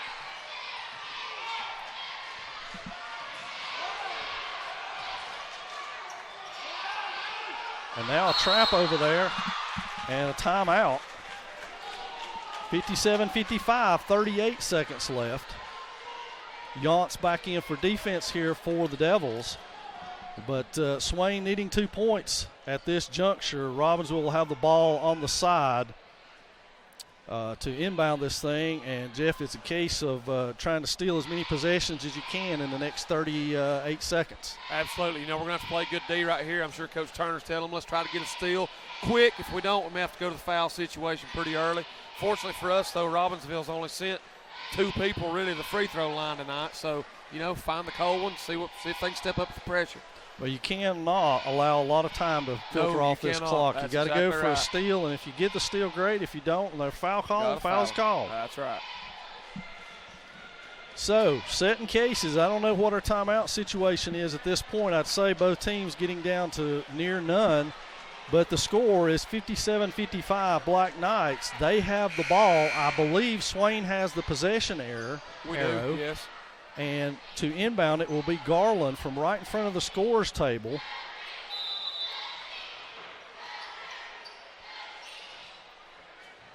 And they get it into Walsh. Walsh guarded by Jones and fouled. Smart play by the senior. So Katie Walsh will go to the free throw line. Taylor Medlin will check in for offense as Yance and her will continue to rotate. Beasley and Wachacha check in for defense for Lovin and Garland. I'm going to give it the old try. Katie's 2 for 2 tonight from the free throw line. So Walsh, obviously somebody they want at the line, will shoot 1 and 1 here. That one's off, and we don't get the rebound. That one hit the top of the rim, and Cabe out of there with it, trying to go the other way. She finds Hicks, and we got a timeout Swain. So Swain does have a timeout left, 29.7 seconds remaining. Still 57-55. The foul process worked. And Swain still with 2 timeouts left, Jeff. That could be very advantageous. Robbinsville only 1. So 57-55, Coach Turner drawing up the play that he wants. Obviously, you want to get 2 right here and force their hand and then play good defense. I don't think you're to the point where you want to draw up a 3 and try to get the lead here. Probably not, but I'm sure if Lindsay gets wide open and gets her feet Absolutely. set, I would say the exceptions to that rule are probably Hicks and Medlin. Yes. If they get a clean look, that's as good as a mid-range jumper for them, so why not go ahead and take that shot? Absolutely. So Robbinsville breaks the huddle. They've got Tisa Teske, they've got Collins, they've got Morgan, they've got Wachacha, and they've got Beasley on the court. Swain breaks it with Jones, West, Hicks, Medlin, and Cade. Inbound to Hicks. We're under 30 now, approaching 25. She goes off 2 screens, is cut off, finds Jones in the middle. Jones tries to go to the basket, lays it in, tied up thanks to Gabby Jones. 16 seconds left.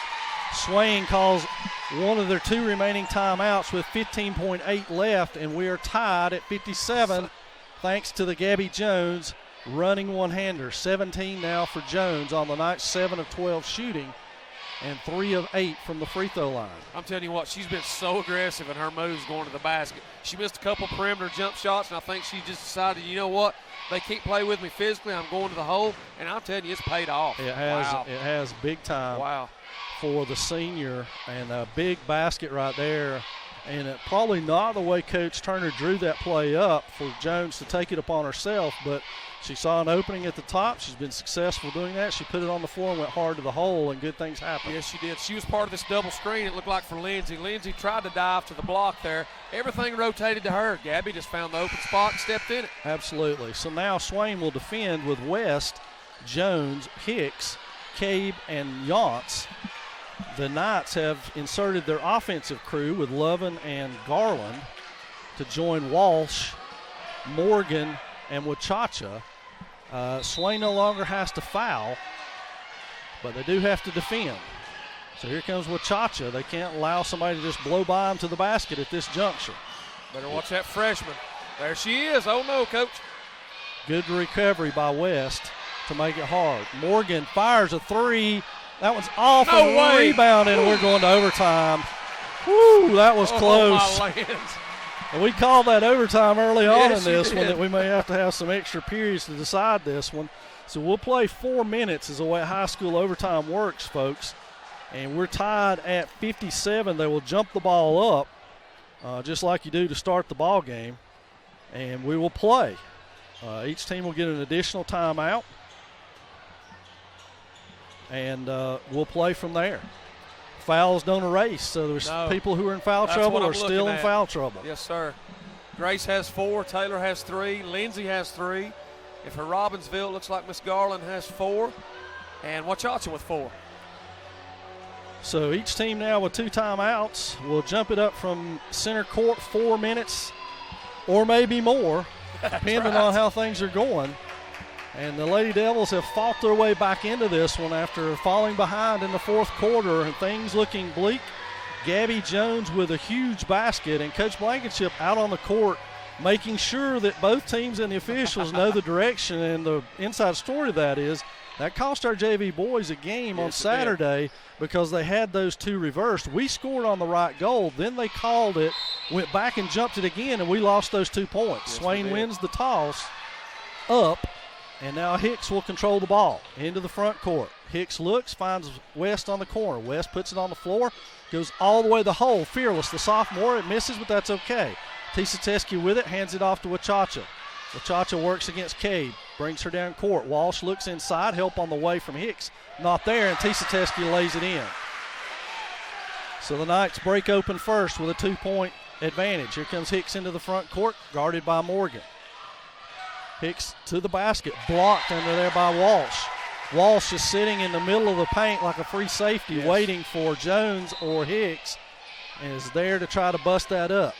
That one almost knocked away. Aggressive defense by Walsh. Cave doesn't hesitate. Shot on the way. It's off. Wachacha with it. Poked out of there. Here comes Morgan ahead. It's pulled out of there by West. Then she has it ripped away.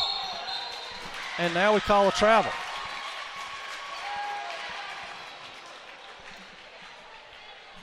So 3:10 remaining. The Knights with a 2-point advantage here. And Lovin will throw it in. And as you alluded to near the end of regulation, she's someone you cannot lose. She missed her first 3, but can 2 huge ones near the end of the ball game. She dribbles her way around, finds Walsh. Now she's guarded by Jones. Back to Cabe with her. Back to Jones. Cabe steps in front, kicks that ahead to Jones. Jones crosses over, is grabbed by the shirt, no call. Oh, and that one almost went for Gabby Jones again. As she's fouled underneath there by Tisa Teskey. Jones will go back to the free throw line, 2:51 in overtime. Jones steps to the line. She has 17 on the night. That one misses. And Jones with another opportunity here to cut it to within 1.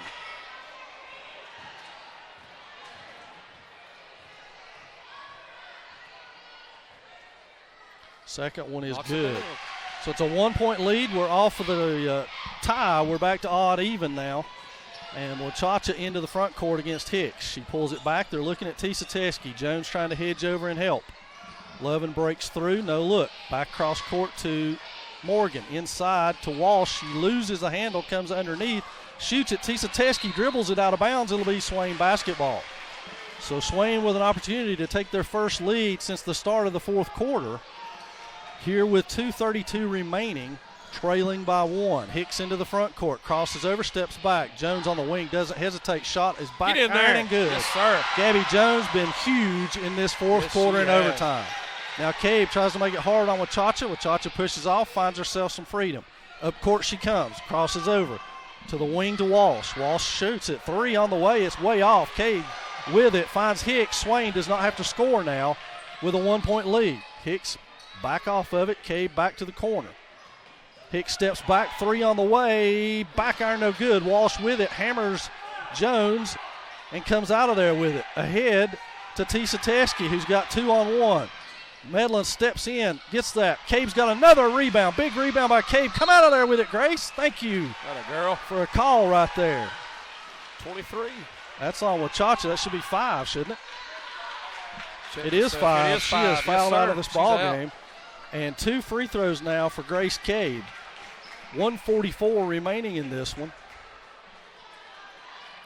And back into the game is Maddie Garland. Grace Cabe to the free throw line. And at the scores table is Paige Collins. It'll be 2 shots for Cabe. The Lady Devils lead it by 1.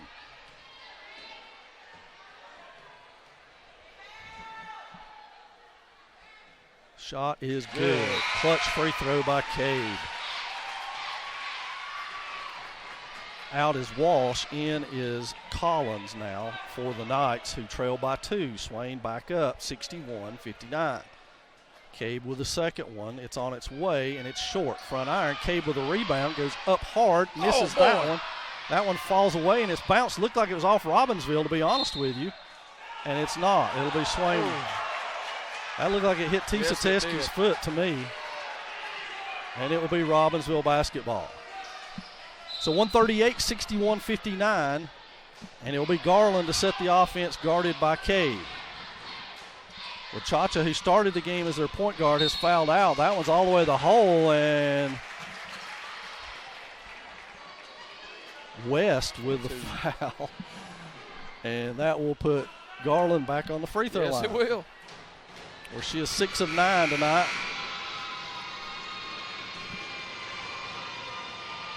And we will reset it as the horn was blown in hers. It's 2 free throws, so they'll come in after this one. Good on the first one.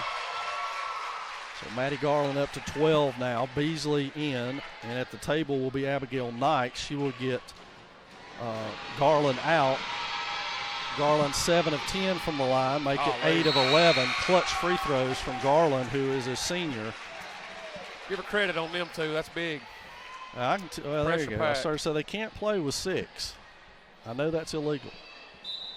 So Jones will inbound it, finds Hicks. Hicks guarded over there by Beasley. Crossover, beats her immediately. Now into the front court to Cabe on the wing, back to Jones. Jones thinks about it, goes to the left side and lays it in. Gabby Jones. Coach Turner desperately wanting a timeout all the way down to the end line, and the VAR official has to call it. So a timeout by the Lady Devils, 1:16 remaining in this one. Back into the game comes Lovin, who is the leading scorer for them with 11. Well, Garland now with 13, but Lovin with 11 off the bench, the freshman. Big in the clutch for the Lady Knights. They have the ball. They'll bring it full court with 1:16 remaining. It's back to a 63-61 2-point advantage in favor of the Lady Devils. Just can't say enough about the job that Gabby Jones has done. I mean, phenomenal. I can't even remember the last time here we had 2 girls in a 20-point scoring range. Absolutely. Her and Lindsay have just dominated the scoring tonight for us. Another huge performance by the senior Jones, up to 22 points now on the night. Also worth noting, Grace Cabe, 16 rebounds, which she just controlled the boards by herself single-handedly. Collins back to Garland, and now Garland will set the offense for the Knights. Over to Beasley. Here comes the play. Jumped. No call. Oh, my gosh. Man. And they bail her out on a foul call. If that's who's that on? That's Medlin? Grace, Coach. She's fouled out then, hasn't Yes, she? she has. 2 shots for Beasley. I thought so. Maybe not. They've got her for 4. Her for thankfully 4. you're wrong. Woo! And the first free throw is off by Beasley. Now the Lady Devils have got to secure a rebound here. They've got to step and box out. Beasley, second one is banked in, and Robbinsville with a timeout. They trail by 1, 63-62. I think each team now has 1 timeout remaining. We're at 1 minute, 7 seconds Swain basketball. And this one has been dandy. It's been a fantastic basketball game. There have been a couple of instances of sloppy play, but other than that, just a fantastic girls' game to watch. It has been that and then some, and a tremendous effort by the Lady Devils. The Knights have also played well throughout this ball game. Scoring phase, Maddie Garland for the Knights 13, Cambry Lovin 11. On the Swain side, as we already said, Lindsay Hicks 23 and Gabby Jones 22. Gabby's buckets have been huge for this team in the fourth quarter and in overtime. Big buckets. Unbelievable. And they've all come the same way, man. She's just bulling her way in there. They can't get anybody in front of her. Easy buckets, and we'll take it every time. So Swain basketball now. We've got on the floor Cabe, West, Medlin, and Hicks, along with Jones.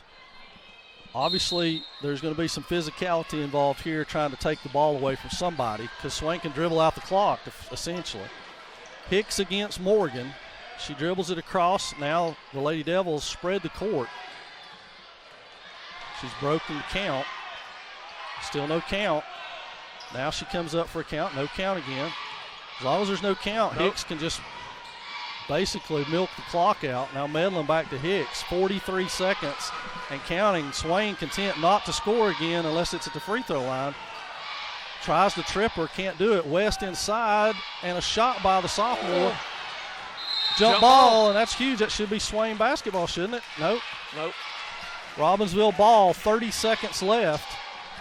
63-62. Tisa Teskey will inbound.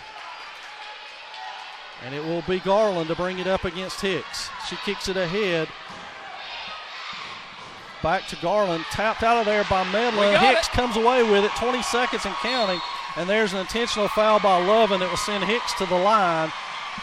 With 18.9 seconds left, Lindsay Hicks will have a pair here to put Swain up by 3. Robbinsville's going to take an informal timeout that I'm not sure they can do unless this girl is fouled out of the ball game. Nope, they're not. They're going to come back to the line now eventually. So Lindsay Hicks with game-high 23 points will go to the free throw line. Both teams a timeout left.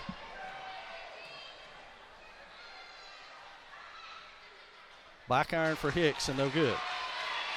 So she'll get another one here.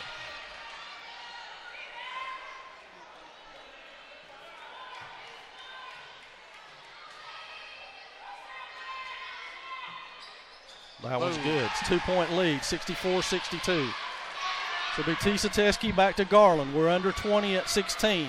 Lovin on the wing, guarded by West, handed off to Medlin. Cabe almost with a steal. Saved. It's under 10, 9, 8, 3 on the way by Garland. It's off. West with a rebound. 4, 3, 2, 1 foul. 2.5 left. And West with the biggest rebound of her young career. And now we'll go to the line with 2.5 left and a chance to ice this for the Lady Devils. So Iona West to the free throw line. West on the night has not scored yet. It'd be a great time for her first point.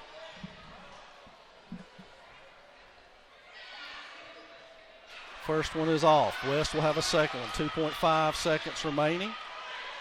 It's a lot of time to get the ball up the court, and whatever shot they get is going to be a 3. Yes, it is.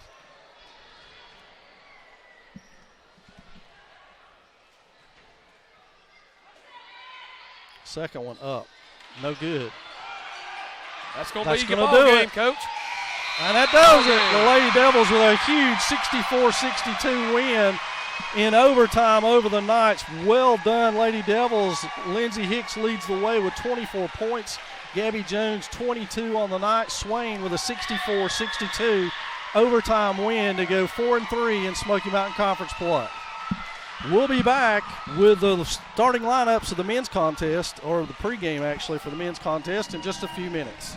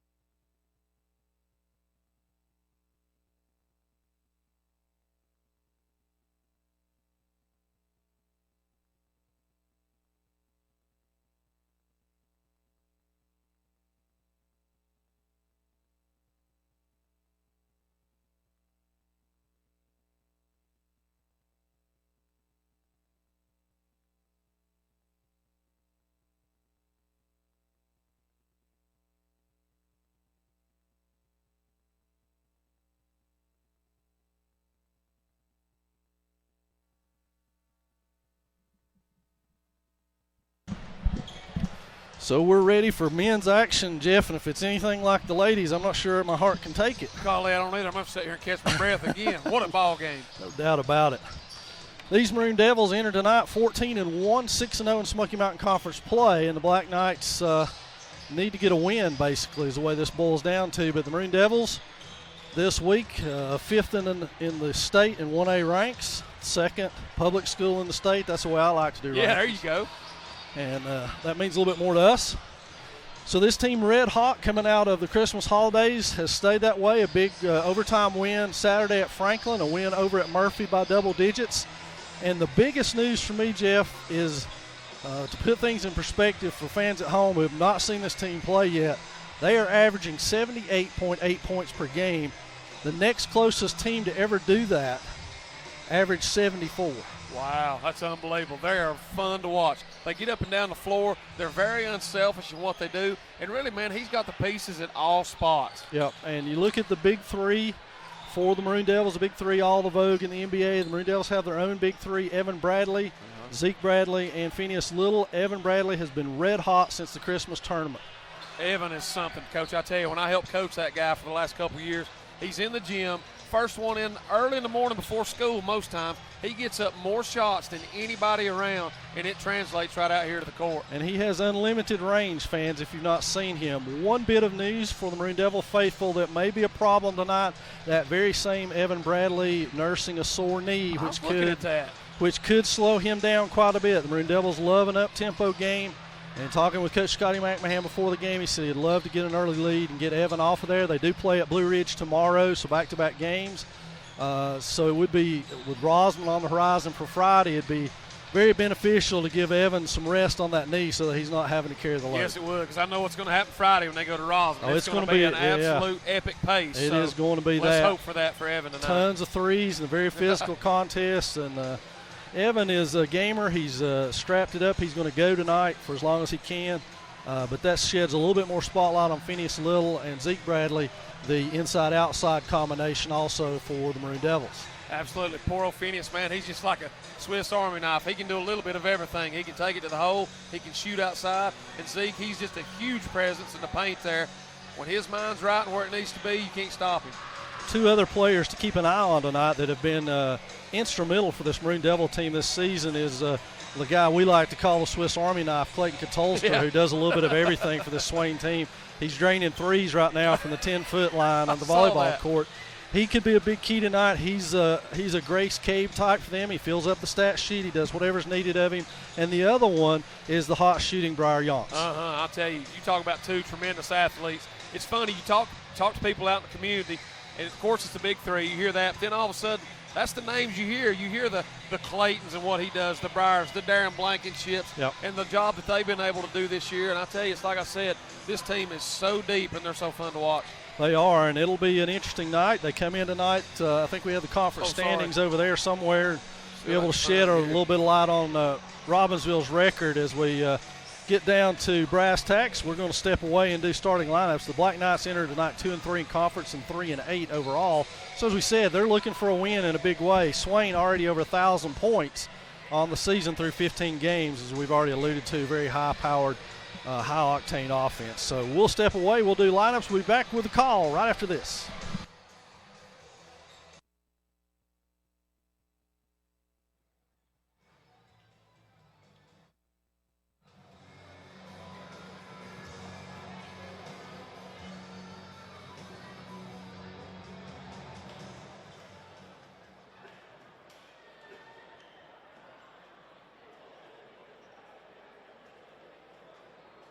Now let's meet our starting lineups for tonight's men's contest. First, for our visitors from Robbinsville High School. Number 3, Tank Rhino.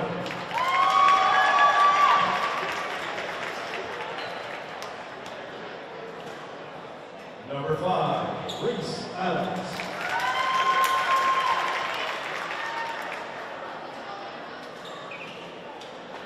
Number 10, Will Hooper.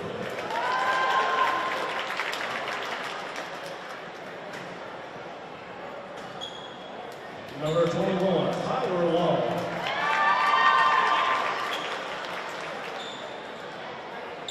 And number 33, Kobe Hempfield.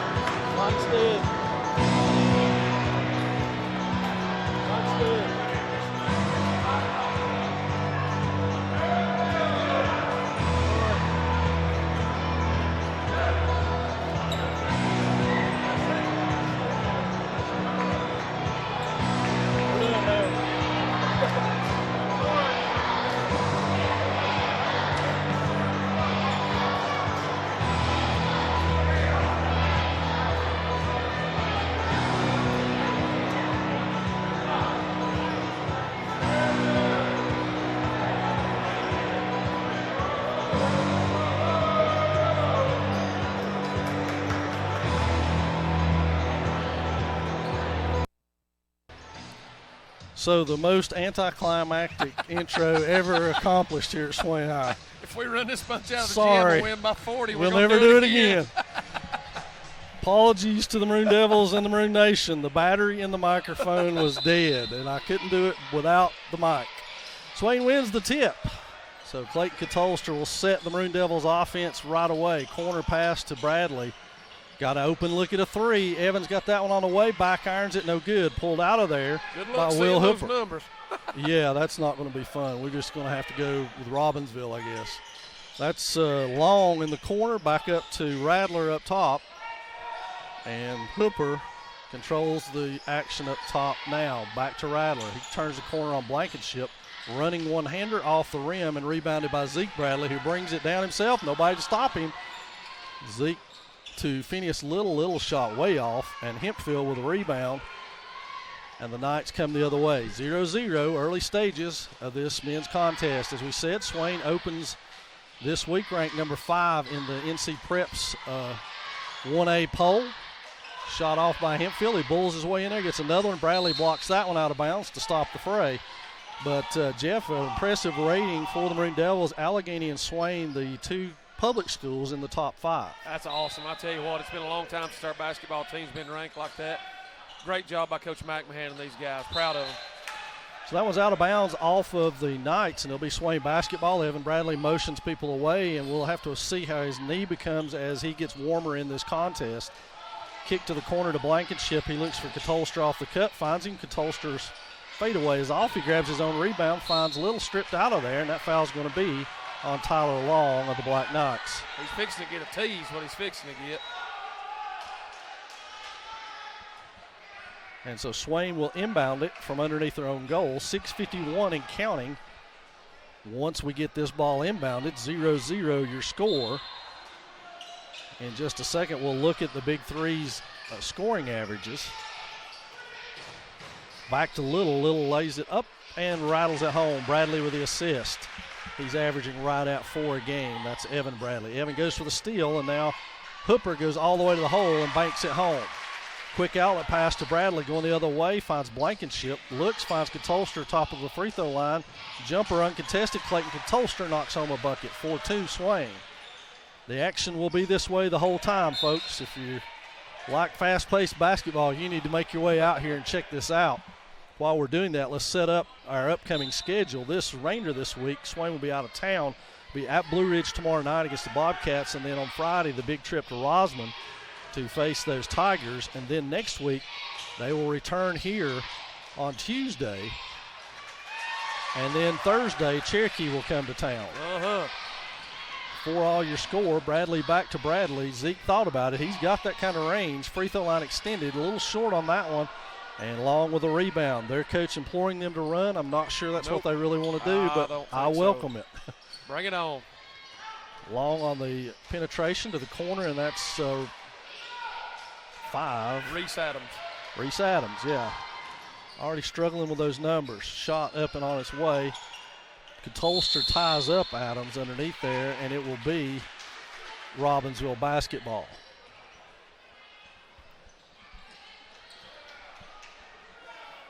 So to inbound it, Hooper will inbound to Radler, and 5:34 in the first quarter. We're just underway. If you're just joining us, the Lady Devils with a 64-62 overtime win over the Black Knights in the first game tonight. Robbinsville works it on the perimeter. Here comes Hempfield, puts the head down and goes to the hole. Radler's shot rattles around, finds all the rim, and goes home. Bradley to inbound it. Now Evan brings it up court. He calls the play. Finds Blankenship on the wing. Back to Zeke Bradley up top. Back to Evan Bradley with the three, and he nails it. So Evan Bradley from the Zeke Bradley pass, and it's 7-6 Maroon Devils just like that. And the Black Knights with the ball on the wing. Jeff, I was just thinking to myself, it sure would have been nice if we'd have had a few minutes to grab Gabby Jones or Lindsey Hicks and talk to them after that ball game. Maybe we can finagle that at halftime of this game and try to get Gabby to come up and speak with us for just a minute. Be nice to hear what she has to say after a big game that she had. Zeke Bradley comes away with it. Little loses the dribble, saves it back in bounds, but it'll be Black Knight basketball. Brett Treadway off the bench. He's going to get Little out. Briar Yance off the bench. He's got Evan Bradley out. So let's see how this lineup goes as Blankenship and Bradley check out here early on. You don't have to worry about where the scoring is going to come from with this lineup. No. There's still plenty of options out there. So across half court, Swain just switches that screen, and they screen again, and nobody switches on that one, so they go corner to Long. Long's three is up, rattles around, but there's Hemphill. And he bulls his way up, walks with it, gets it up again. Yance strips it away and goes the other way on the fast break. Kicks it ahead to Little, nice fast break, Briar Yance. That's the most underrated portion of Briar's game is his passing ability. Absolutely. I'm telling you, last year when we had him, every week he just got better and better and better with that. And he's really kind of a quarterback at heart. Absolutely. I mean, he's got that kind of ability, those intangibles to see things, great vision, and he knows how to get the ball there. Why don't you give us our scoring averages for those young men, the big three there? Be glad to. We got Phineas coming in at 18.1, Evans 17.9, and Zeke 12.4. So that's good scoring averages by the guys. Zeke also at 7.1 rebounds. Evan almost 4 assists. Yeah. And like we say, the guys who come off the bench are just those kind of guys that just fill up stat sheets. Briar's that way. Clayton's that way. Brett's that way. They really fill up the stat sheet. They get rebounds. They get steals like Briar just did, a steal and then a breakaway where he kicks it to Phineas for an easy layup. So a steal and assist there. He's already filling up that stat sheet that way. Into the game for the Knights is Chandler Jumper. And I'm sure you are having as much trouble as we are in seeing those numbers as you watch at home. Turnover by the Knights. Catolster inbounds to Treadway, who will run the show now. Nobody on Treadway. And it goes out of bounds off of Zeke Bradley. It'll be 3:51 remaining, 9-6 your score. You know, these games, Jeff, are really a grind. And I say that in the best possible way because if you think about it, the Maroon Devils have played Tuesday, Friday, Saturday last week, and now are Tuesday again after a holiday. And that one's knocked home by Radler for three and batted away by Long on the inbounds play. And then they'll go this week, Tuesday, Wednesday, Friday, and then next week, Tuesday, Thursday, Friday.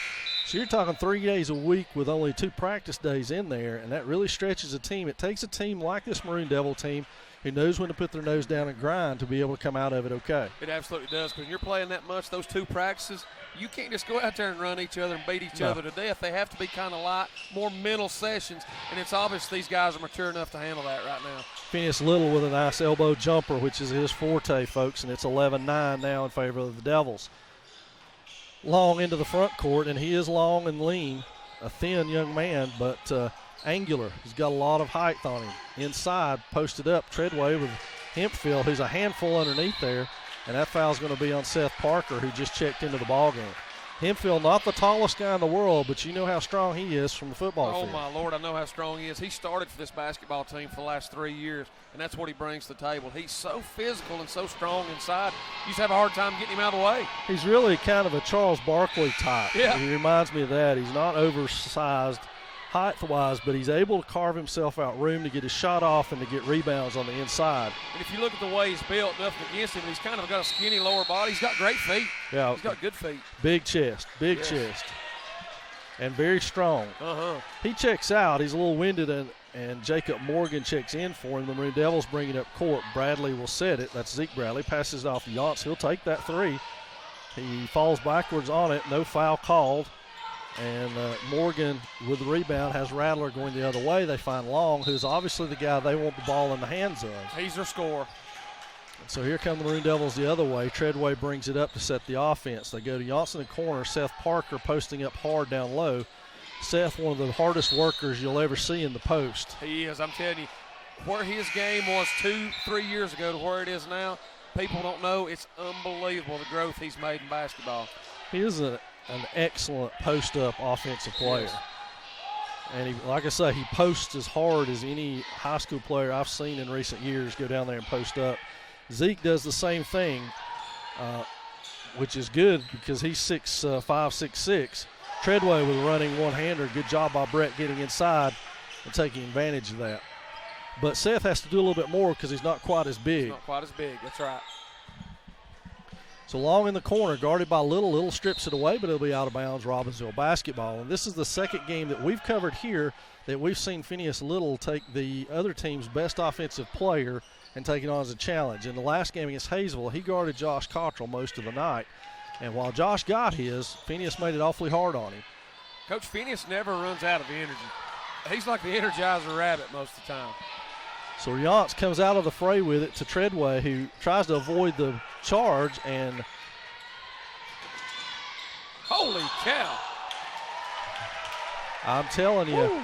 I've seen this team a lot this year, and this is not the pace that Robbinsville wants. No. They may think it is, and they may be successful with this against other teams, but they don't want this pace. If they do, it's going to be a 90 to 78 type score. I'd want to play us to about a 25-20 game if I could. Absolutely. You'd almost think about doing the four corners for a lot of it. Absolutely. I'd try it. So the Knights slowly advance it up this time and try to go inside to Adams, who posts up. Bradley and Adams fight for it. On the floor is Little. We got a jump ball finally, and it looks like that's going to be Robbinsville basketball. It's going to be Landon Orr checking into the Black Knights lineup.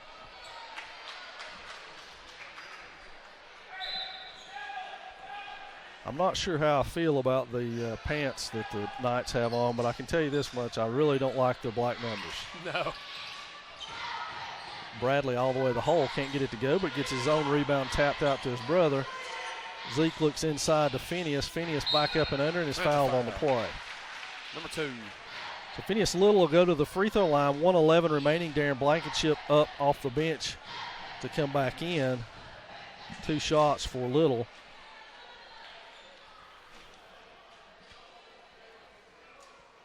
Phineas shooting 76% from the free throw line on the year.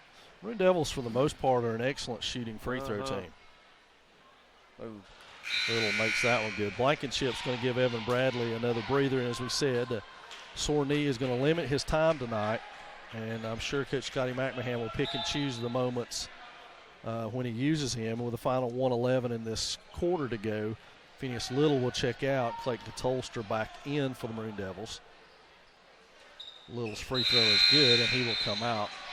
You know, it's just worth noting, Coach, and I coached these guys the last couple of years, and I said it about Evan, but these guys are all gym rats. When you get in the gym and you put shots up and do things, your percentages are going to be up, and young kids just don't seem to understand that nowadays. It takes time to be a good shooter. Well, they look at it on the NBA and Sports Center highlights, and they think it because Seth Curry makes it look easy, it's easy. But it's not easy. It's not easy. If they could see the amount of time that he put in the gym by himself shooting, they'd be astounded. Most everybody, teenage-wise, be like, I don't want to do that. They would be willing to do that. You're exactly right. I'm good.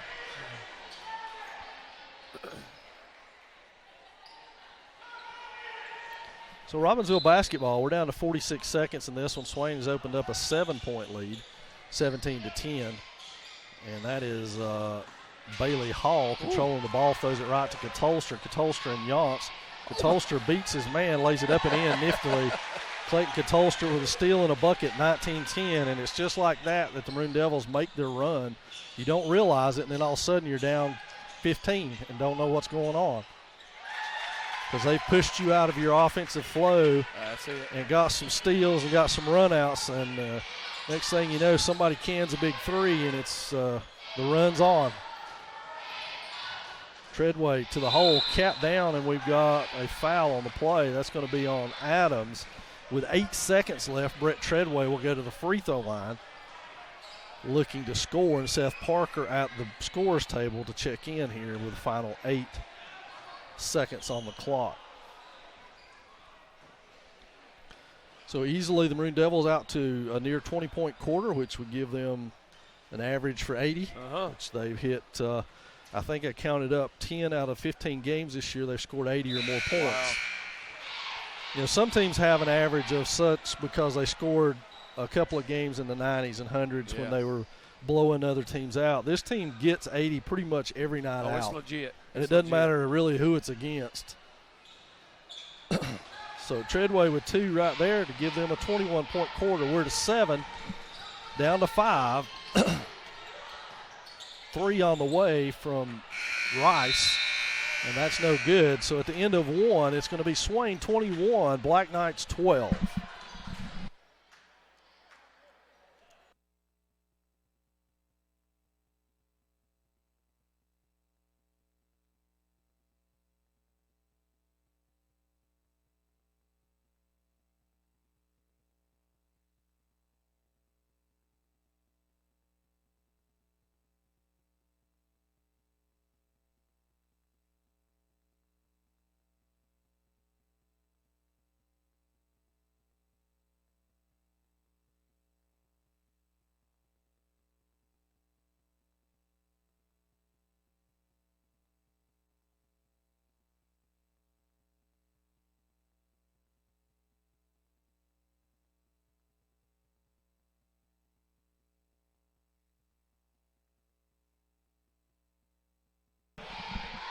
It's almost set for the second quarter of action here from Swain High School. Maroon Devils lead at 21-12.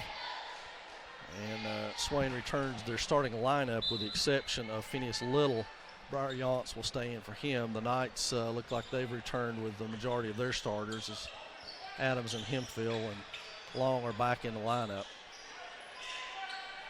So Long takes it the other direction. Now Blankenship picks him up. That's Long, who was going to put it on the floor, try to find a hole. Back to Hooper, shot is off. Yance picks it up before going out of bounds and then bounces it, but caught by Adams, back underneath. Tries to kick it in, and that's going to be swept away by Long. Adams up top. And Robbinsville will reset their offense. Good move by the Knights. Doing a little research today, Jeff, and finding out essentially that the last time the Maroon Devils had a 20-win season was 12-13, Coach Frank Manley's final season. They won the conference tournament that year, but not regular season and conference. Last time that happened, 96-97. 96-97. They finished 18-7, won both. Tom Cypress, who was the player of the year that year. Then in 91-92, we were 24-3, won both. Danny Schuler, my good buddy, player of the year that year. 2 outstanding basketball players. Schuler, of course, a Hall of Famer. Tom Cypress, one of the few, if not only player in school history to win Player of the Year twice in his junior and senior season. Katolster with a 3 on its way, back iron and no good. Bradley can't get it, and he'll be called with over-the-back foul. So 21-12, still your score. And, Jeff, those were some very good basketball teams. I know you were a part of one of those. Those 2 teams, one year I think you guys finished second in the conference with 20 wins or something like that, and then the next year you won 18 and won both. So they're going to call a timeout, and very considerate Robbinsville do that so we can talk a little bit more about this. But some really good basketball teams during that fray. Also in the mid-'80s, Swain had some very good basketball teams where they alternated winning both, then one and then the other. during those times. But it's been 20 years now since the Maroon Devils have won a conference and regular season championship, and now Swain, can they do that is the million-dollar question. Can they run this table? Can they unseat Hayesville and Cherokee? I think they've answered the Hayesville question, and now Cherokee's looming on the horizon as to whether they can answer that question or not. That's going to be a big game coming up next Thursday. It's kind of hard sometimes. You've got a game like that out in front of you. You've got to stay focused on the ones you've got. Right. Even tomorrow at Blue Ridge, you got to stay focused. You better stay focused Friday. But I like what I see out of these guys. Like I said earlier, they're a mature group. They're good basketball players, and I think they can handle it. Well, the thing that's impressed me is they against Hayesville and the first time with Murphy, they had to come from behind to win. And to be frank, they didn't play their best basketball, but they still kind of ground out a win. And that's sometimes what you have to do in this stretch right here in January is grind out some wins because it's not easy. That's exactly right. And you're going to get everybody's best performance. Best shot. It doesn't matter who it is. You're going to get their best. Yep. Murphy has yet to win a game in conference, and they've played us 2 very tight ball games. Everybody wants to beat the top dogs or the favorites. Hempfield underneath on the nice pass from Long gets the bucket for the Knights, and it's now 21-14. Yance runs the show for Swain over to Catolster to Blankenship. Catolster slips a screen to the corner for a look at a 3. Doesn't take it, comes off the Blankenship screen, cuts the corner, kicks it out to Bradley. Bradley reverses himself, 3 on the way, and Evan nails that one. His second 3 of the game. Long out on the wing, guarded by Yance. Another thing that Breyer gives this team is some height that can guard on the perimeter at 6'1", 6'2", and long arms. Nice stroll through the lane by Adams. He gets his own rebound, and Clayton Catolster is down. And let's hope Clayton is okay. And he is still down on the floor. Kerry Powell and Neil Blankenship on their way out to check on Clayton. And we hope he's okay. In the meantime, Jeff, again, to set the schedule for these Maroon Devils, tomorrow they go to Blue Ridge, and then Friday they're at Rosman. The Rosman game, a big one. Both teams played very tough here against each other. Rosman, one of the few teams in the conference, other than maybe Cherokee, who can match up three-point-wise with this Maroon Devil squad. And so it's going to be a big test. And then next Tuesday, return home. Thursday, the Cherokee game at home. And then I think Tuesday we're out of conference. I'm not sure who we play, to be honest with you, that day. I think we're going to be out of conference with Highlands. Blue Ridge. It's Blue Ridge coming to town that day. We turn around with them. So a tough stretch coming up in terms of, again, being able to stay focused. And you know as well as anyone in athletics, you got to be able to fight through some of these injuries. And we're seeing that tonight with Evan with a sore knee. Now Clayton's down. Phineas still wearing the face mask. So they have to battle through those things. Yeah, you do. Unfortunately, in any type of sports season you've got, you're going to battle something, whether it's injuries or anything like that. Fortunately, we've talked about the depth of this team right here. It's kind of a next man up mentality. Clayton looks like he's probably got some blood in his mouth there, but fortunately for Coach, he can look over here and just grab Seth or somebody and they're okay. Yeah, and the depth that's where that plays a factor. And, we talk to young kids. I know you've had this conversation with them before that athletics is a marathon. It's not a sprint. And if you get upset about not getting the playing time that you want in one game, you're losing sight of the bigger picture because somewhere down the road your team's going to need you. No doubt about it. And this team is evidence of that somewhere down the line you're going to be needed off the bench to come in and play a key role. Clayton is going to go to the player lounge is the best way to put that, where the teams watch film and so forth. No, I think he's going straight on out the door and maybe on to the hospital.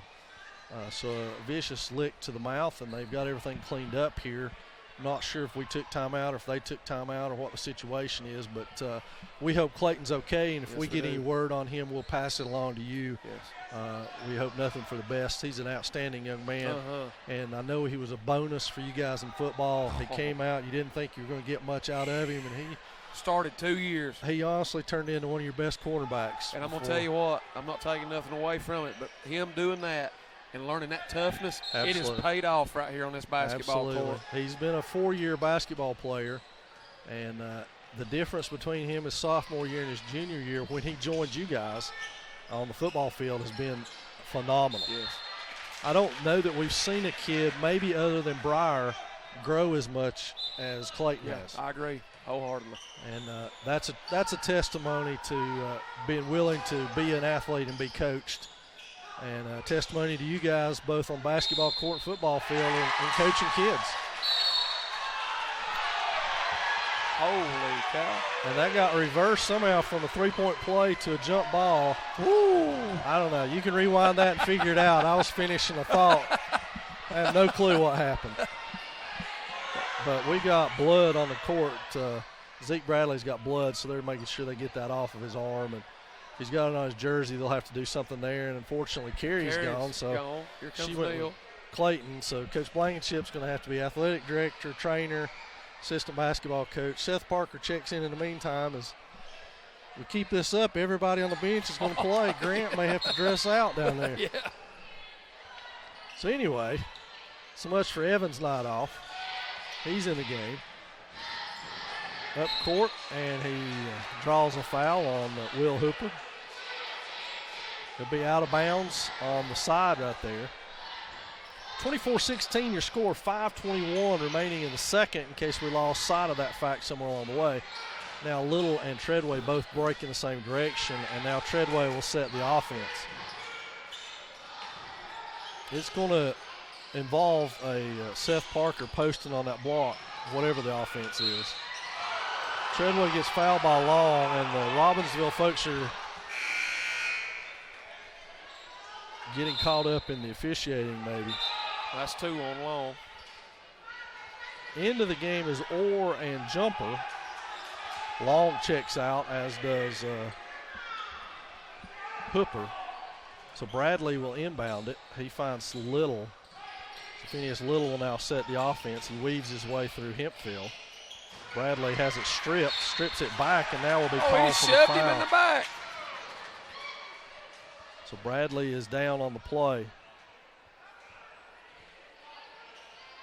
And I think we got a double foul right there, Jeff, and that's probably the right call, to be totally honest with you. It did look like Evan committed the foul and then out of frustration was pushed. And for uniform purposes, Zeke Bradley will now be number 33.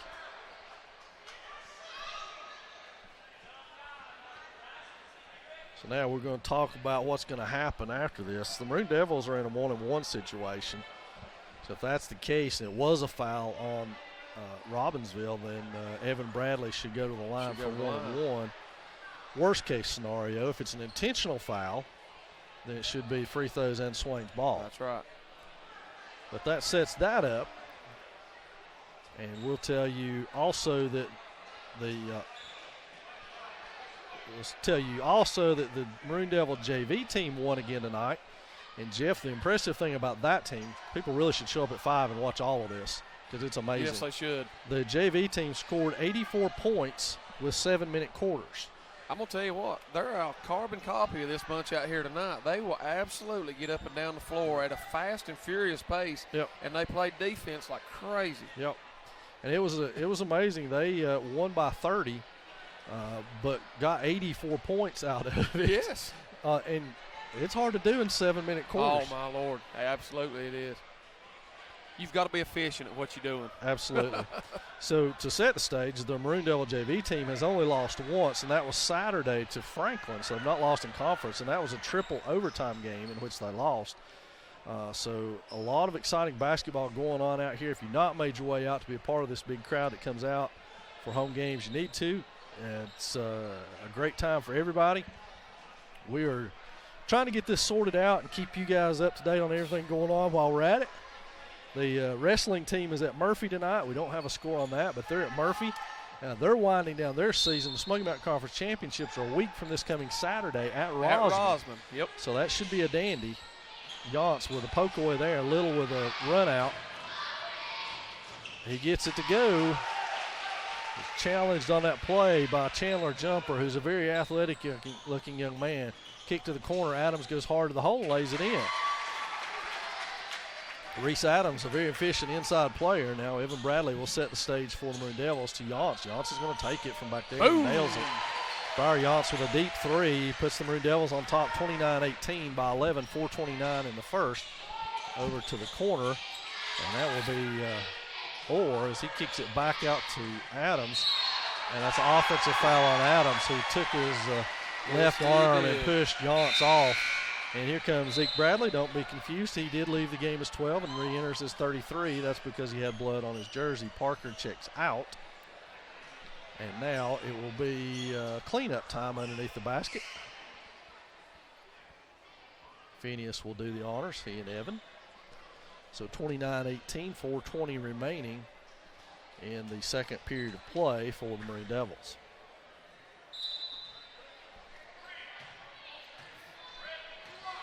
So Evan sets the play as they come across half court, finds Yance on the wing, Little with a screen, another screen. That kid is fouling Evan to death. So Adams get a hold of that. Adams brings it up, meanders his way through, and we got an offensive foul on Adams. That's 3 then. Phineas Little was set up, never moved, and Adams tried to get around him but ended up with a push. And so that will wave off whatever's going on basket-wise. And now Evan Bradley will bring it up. Try to go inside to Zeke. Nice. Good move. Nice move. Zeke's first 2 of the game. And that's going to be on Treadway. Robbinsville already with 10 fouls. Swain shooting 2. That's the 5th on the Maroon Devils. Blankenship and Long at the line.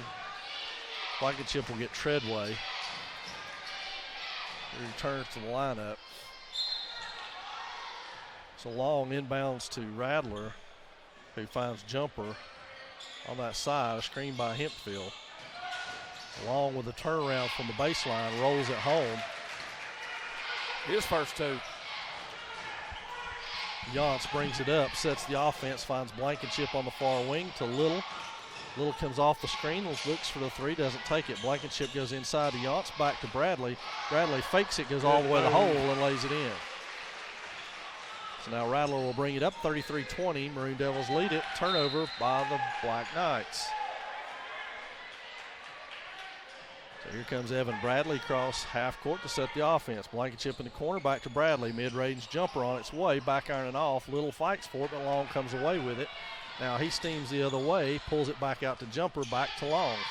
Long hesitates inside, blocked by Yance, saved by Bradley to Hempfield.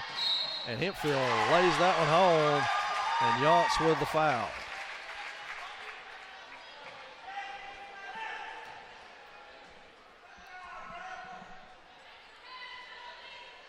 So Hempfield goes to the line, and he on the night with 5 points right now.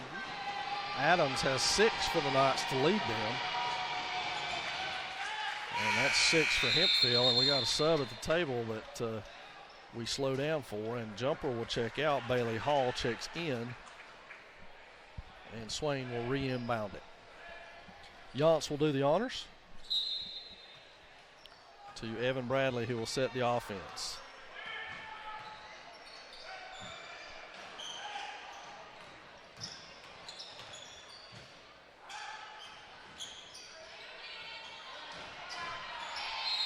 Timeout Swain, 2:35 remaining. Blankenship going to reset things here, or check that.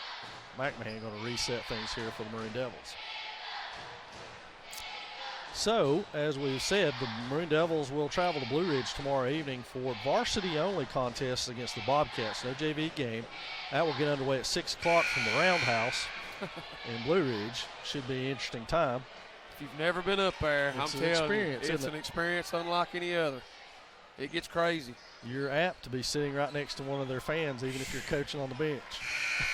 Fans storm the court at officials. I mean, I saw things last couple of years I've never seen before. We had a seat cushion thrown at us last year. I saw that. Had a seat cushion thrown, yep. So the Bobcats will return the favor and come here next Tuesday against the Maroon Devils in varsity-only contest beginning at 6 o'clock. From Swain High School. Oh, nice double cut. If Little is fouled on the play, he'll go to the free throw line. That was a nice double cut coming out of that timeout. And Little who was the intended receiver, I think, all along, ended up with that one. He'll go to the free throw line. He's got a game-high 12 so far. That's sneaky. I didn't realize Phineas already had 12 points. But an efficient 5 of 7 shooting helped that cause. And, of course, I just started to say, and he's an excellent free throw shooter to boot. But I didn't get it out that time, so it's not my fault. Don't blame me. Second one on the way. Phineas back irons that one, and now he doesn't have his mask on as Bradley holds it during his free throws, and he'll try to get that back on. Rattler with a 3 on the way. It's way off, and Bradley gets undercut and called for the travel. Oh, no, we've got a foul over here. Got a foul. Mr. Brazil got him. Number 11. Hall. So we should be shooting free throws, right? 2 free throws? Yes, we should. We're at 10 free throws, 10 fouls. It's 2 shots, guys. Come on down. So that foul was on number 11. Number should be 11. Hall. Bailey Hall. And Evan Bradley will go to the free throw line, and I'm not going to comment on his until after he shoots. No, that's but not. You can look up that percentage if you want to. It was 77? Look at it again. Oh, hang on. Maybe that was Don't Phineas. say it out loud. Oh, sorry. I was just a little off. Till after Evan shoots these, and then we'll talk about it. I was a little off. I said 77, and I was way low. Yes, you were. Woo. They call that foul on number 1. 1? That I don't see on the court. He came over here and gave 1 twice. I don't see a 1 on the floor, do you? No, sir. I don't see one on the roster. He put it back up there. They got it to a change to 11. So Bradley will shoot 2 because they have committed 10 fouls, and Zeke rattles that first one home, and the way Zeke shoots him, that might not should count that he actually hit rim on that one. Oh, he's 87%, Coach. He has missed 7 free throws on the season. And we got a shove as they back Bradley off the line that time, knocking him down. Got 11 again. Shoot you 2 more, Ev. Well, I hope we didn't jinx him by talking about what a good free throw shooter he is. But he has just missed 7 on the season and is at 87%, which, by the way, if it were to hold, would be a school record by 6 percentage points. Ooh, boy. I hope he gets it. There, I didn't jinx him. Again, and I hate to keep saying it, when you spend time in the gym putting them up, that's what'll happen. Well, a lot of young players don't think that's an important part, and I jinxed him. Sorry, Evan. But good players know how important free throws are.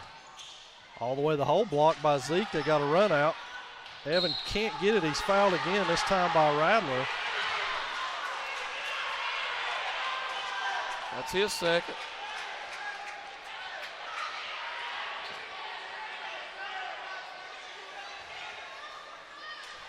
So 36-23 is the score lost in this fray. Whew. And Bradley will shoot 2 free throws again. He is up to 11 points now. Boom. Make it 12 to tie Phineas Little for the lead on the team. And Robbinsville really doesn't want Evan living at that line a lot. Boom. He makes the second one. And we're up to 38-23 with 2 minutes remaining in the second period of play. Long with the ball on the wing, goes to his left. He is left-handed. That's Hempfield crashing his way inside. That'll be on Zeke Bradley. Be his second. And Parker will check in. To the line goes Hempfield. This will be his 3rd trip to the line tonight. 2 for 3 so far. He is tied for the lead with the Black Knights in scoring with 6. He shoots for his 7th, and it rattles out. Parker will get Bradley.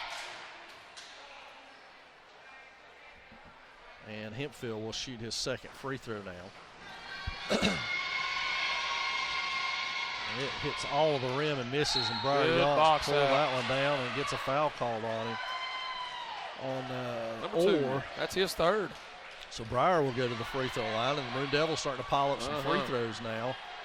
In this quarter, 5 of 8 from the line, 9 of 12 for the game. Total. But 8 free throws already in this quarter. To contrast that, the Knights have only shot 5 in the game. Yance makes good on his first one. And we are 39-23 now, and this is how the Maroon Devils kind of lull you to sleep and pull away. 2 more for Yance. So Radler calls the play, and the Knights come up court to set their offense. Adams in the corner. Bradley knocks him off. Three-point line is no good. Rebounded inside, back out to Radler. He reverses direction, moves for a 3, misses it badly, and Bradley up with a rebound and goes the other way. Nobody picks Evan up. That's a mistake, folks. I can tell you that right away. So 43-23, just like that. 20-point lead, biggest of the night for the Maroon Devils.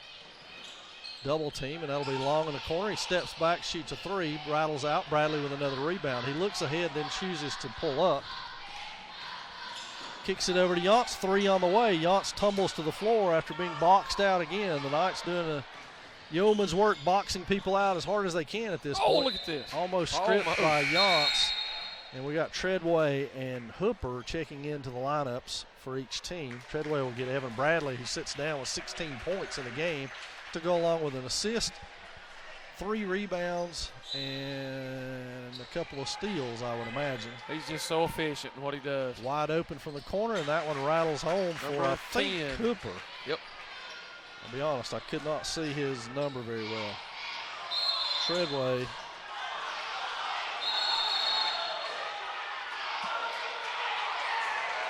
We got that one reversed, which I think was the right call. I think it did hit Brett on the shoulder as he went by, but we may have seen Robbinsville come completely unglued on that one if it hadn't gone their way. So it'll be Robbinsville ball. We're under 1 minute remaining. Bradley back into the lineup for offense. Long sits down. I think he has 2 fouls. Is that correct? He does have 2. So he being their leading scorer, they want to protect him for the second half. Into the front court will be Hooper over to Radler. They're going to hold for the final shot. Bradley with a steal. Brings it into the front court and is tripped on the play. Robbinsville's not going to like that call, but you can't do that. If that's number 2, I've got him for 4 fouls. Is that a 2? That's 2. They've got him for 4 fouls. Okay. Bradley back to the free throw line. Will shoot again. Trying to build to his average. He's got 17. He's 17. And out comes Landon Orr, as you said, 4 fouls in the first half for Orr. 44.6 seconds left. Bradley to the line, and that one's good as well. Blankenship will get Bradley out of the lineup for defense. 45-26 your score, as Hempfield will inbound to Tucker Rice. And I apologize, as we move along here, it's really hard to make out those numbers. I'm not going to lie. So it takes me a minute to get a name. I'm trying to figure out what number it is. Rice with the ball on the string out front, tipped by Little. He backs into the corner, shoots up a 3, rebounded by Yance. We're at 30 seconds ahead to Parker. Parker trying to get it to Little, now goes cross court to Blankenship. Blankenship fakes it back out to Yance. Inside to Parker, He had him and he tried to thread the needle and just missed it. Nobody on Seth Parker, and he was open under there. Yance saw him and really tried to thread a needle and couldn't get it there. So Robbinsville ball, we're under 20 seconds, down to 15 now. In the corner, down to the block to Hempfield, and that's going to be on Parker. Colby Hempfield will, I think, go to the free throw line for a 1-and-1 right here. Seth second. Hempfield is 2 of 5 from the line, but he has a game-high 7 rebounds. That one's off. Parker with it. Almost has it stripped away. Little under 10, down to 8. Little to the corner to Treadway. Back to Yance. He'll take that long, deep 3, and it's off. Parker with a rebound goes and up. A foul. And That's buzzer. So Seth Parker will get 2 free throws out of this as the half expires. Number 10. Call that on 10. Be his 3rd. So Seth Parker to the line. Robbinsville's just leaving. Looking for his first points of the night. First free throw is good by Seth. to extend to a 20-point lead at 46-26. And now Parker will get his second attempt. Up and good. So Seth makes good on both. That's going to take us to the half with the Maroon Devils up 47-26. We'll be back with your second half action.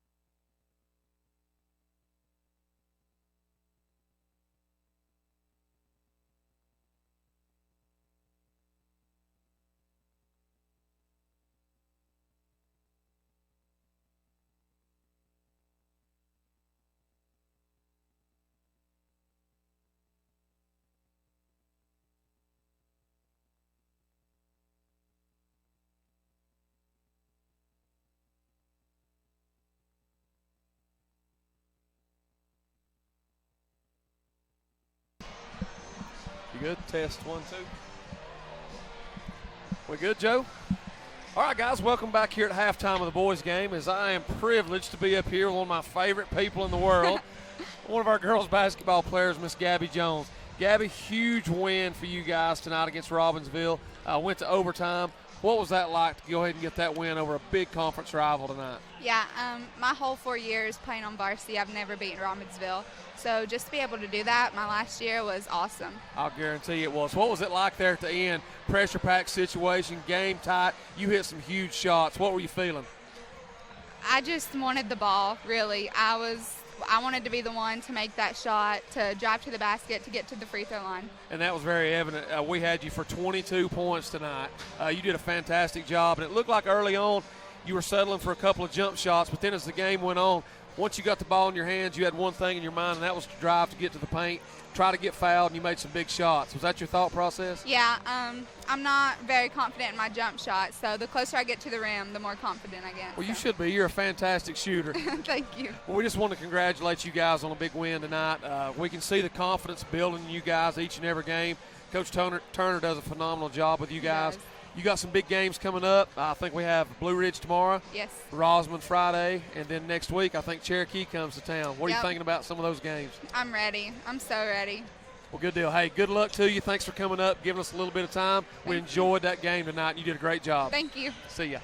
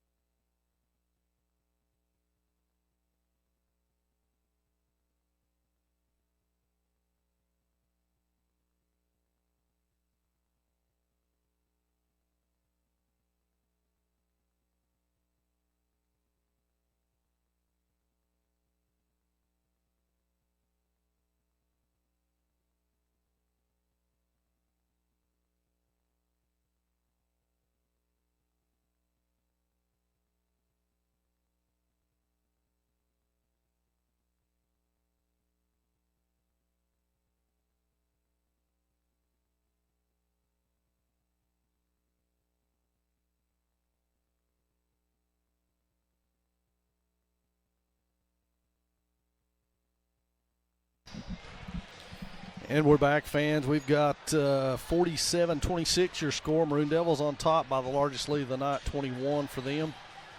Coach Scotty McMahon huddled his troops down there just a second ago, and I'm sure he was talking to them about staying focused. Oh, absolutely. You come out of halftime there, 21-point lead. Everything's kind of coming easy right now.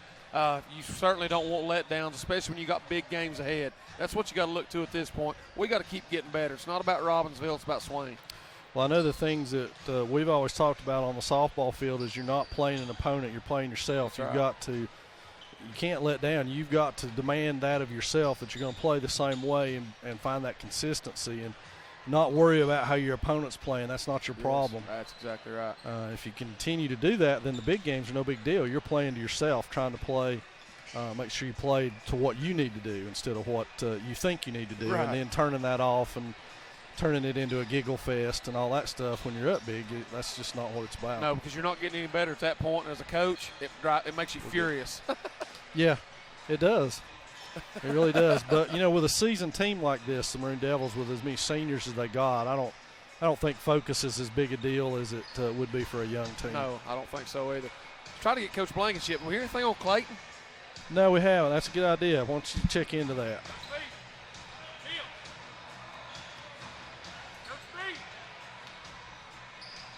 So I think we've set the stage for you a couple different times now, but Swain going to Blue Ridge tomorrow night. The Lady Devils have a chance to win 2 straight, and Swain with a chance to play back-to-back games here. Then on Friday to Rosman for a big contest, so having that day off in between will be big for these Maroon Devils. Jeff working with Coach Neil Blankenship right now to try to get an update on Clayton, and hopefully he's okay. Yeah, he said he's got one of his front teeth almost knocked completely out and one beside it very, very loose. They've sent him on to try to get that taken care of. Good. Well, I hope they do. I know that's, in the broad scheme of things, that's a bad thing, but not near as bad as it could be in those situations. So we hope the best for Clayton, and hopefully he'll be able to continue playing this week after everything gets set up and so forth. And he may have to borrow Phineas's piece there and wear that for a little while. Have all kinds of face guards. Yeah, everybody will be like a hockey team. Everybody's going to wear a face guard. The whole team's got to wear one. I kept saying Phineas is going to be like Rip Hamilton used to be for the Pistons. He just wear it all the time, his whole career. So the Knights will have the ball first here to open the second half. It'll be Briar Yance in for Clayton Catolster in the starting lineup for the second half. And so Knights basketball down by 21 here. And they will inbound it to Rattler, who will open the second half, setting the offense for the Knights. Hooper with it on the wing, going inside, batted away by Yance and can't be tracked down, so it'll still remain Robbinsville basketball. Inbounding will be Tyler Long for the Knights. He gets it into Hooper, who looks for the set. Long open for second, but not long enough. Now Hemphill comes out to set a screen and clear Zeke Bradley out of the paint for a drive. He goes to Hemphill. Hemphill on the bounce inside, lays it in. Colby Hemphill with another bucket. Bradley into the front court. He's dogged by Hooper. We'll try to catch you up on this. There's a deep three by Blankenship. That rattles home. Darren knocks home a big three. 50-28 your score. 7:23 remaining in the third. Blankenship on Rattler, and he will be whistled for the foul. His first. Be one on Darren. We'll try to catch you up on the Robbinsville fouls as we have them. Note that's not official. Once we get a chance here in a minute, I think it seemed Landon Orr was the big one with 4 fouls. Yep. Hemphill on the backside creates contact himself and lays that one in. Seems the more physical the game gets, the better Colby Hemphill becomes inside. That's what he likes. That's what he lives for, physicality. Phineas Little with a spin, then step over, lays it up, almost gets his own rebound, tapped out to Yance, fade away by Yance, rattles out, back iron, and now Long comes the other way with it. Yance picks him up, tries to reach in, pulls back now, blocks the shot, fouls him. Good piece of Long on the play. Yance picks up the foul. Tyler Long will go to the free throw line. Maroon Devils have held Long to 2 points on 1 of 5 shooting, and this is his first trip to the free throw line tonight. He was an all-conference guy last year, too. Doing a good job on him. He's tall and angular. He creates a lot of difficulties, and I think I remember from the last couple of years that he's got a good long-range shot as well. He does. He absolutely does. So Long hits that one for his 3rd point of the night. Colby Hempfield leads them with 10 points now. I've got him for 10. Yep, 10. And so Phineas Little will inbound here. 50-31 your score. Bradley with the ball on the wing, guarded by Hooper. He'll walk it up and set the Swain offense. Zeke Bradley coming over to set a screen. He slips that one. Bradley thought about 3. Blankenship will take a deep 3. It's off. Little fights for it, but Long's there. Long races out of there with it. Little in his hip pocket. Now Little will be called for the foul on the push. And 3 quick fouls on the Maroon Devils to 0 on the Knights. And Long will inbound from in front of the Robbinsville bench. Easy inbound to Hempfield, who will take his time and set up the offense. Pass over to Hooper, who will hold it on the wing. Little and Bradley switch. That's yanked out of there by Yaunce. Oh, my Lord of mercy. What a... Are you That's kidding a bunch me? of bull crap's what that is. That's, wow.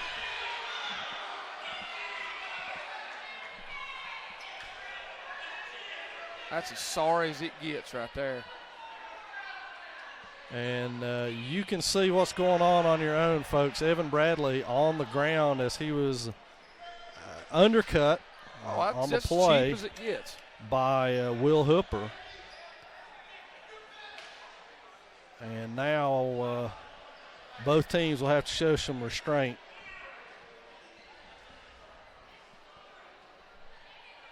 Bradley still on the ground, and he is the second Maroon Devil to be possibly knocked out of this game. Is that a good way to put that, Jeff? Yes, that's exactly right. And we knew coming in that Evan had a sore knee, and now he has a sore back and hip probably to go along with that as he landed hard on the hip. Officials are talking about that, and I don't know what will happen. I don't either, but I know what should happen. I agree. Bradley on his feet and making his way off. We're glad to see Evans okay. Scotty McMahon will plead his case now for what will happen, and Evan will take a seat here. Now both officials are talking to the coaches with players huddled around as well. There's just no call for that. I hope he's done for the evening. Maybe that's wrong for me to say from up here, but that's how I feel. Well, anyway, you look at that, that's a long explanation for both teams. Why do you need that much explanation? Absolutely. It's pretty cut and dried. There's a foul there on the play. Are they going to – is it an ejectable offense? I don't know. We'll see if that's what they do. Evan has left the bench area to go to the locker room. He is in the hallway right now running to see if he can run. Brett Treadway has been inserted into the Swain lineup for Bradley. He will shoot his free throws, it looks like. Evan is making his way back to the bench now. Robbinsville has 5 players on the court. One of them is not Will Hooper, who he's taken out of the ballgame. Yeah. I don't know by what means or what the case may be. Treadway makes the free throw. Is that a technical foul? Intentional foul? What is that? I have no idea. He was shooting, so why is there not 2 free throws associated with that? How do you not call that a shot? Call that a shooting foul? Oh, the basket was good. Oh, it went in? I did not see that. That one's off. Treadway with a rebound. Bounces it up and rattles it home. So Brett Treadway with 3 to go with what we assume was the made basket by Evan Bradley. And that one rolls in by Reese Adams. Again, I couldn't see the number. Zeke Bradley up top now. Inside to Yaunce. That was blocked by Jumper. The Black Knights wanting to run a little bit. I think that'll be okay. So they've cut it back to 20 at 55-35. Treadway to the corner to Yance. Yance back up top to Zeke Bradley. He'll spot up for a three. It's on its way. Rattles around. Yance with the rebound off. And that will be on Zeke Bradley. I've got him for three, unofficially. They've got him for three on the scoreboard, I think. Okay. So Robbinsville basketball, 5:22 remaining in the third period of play.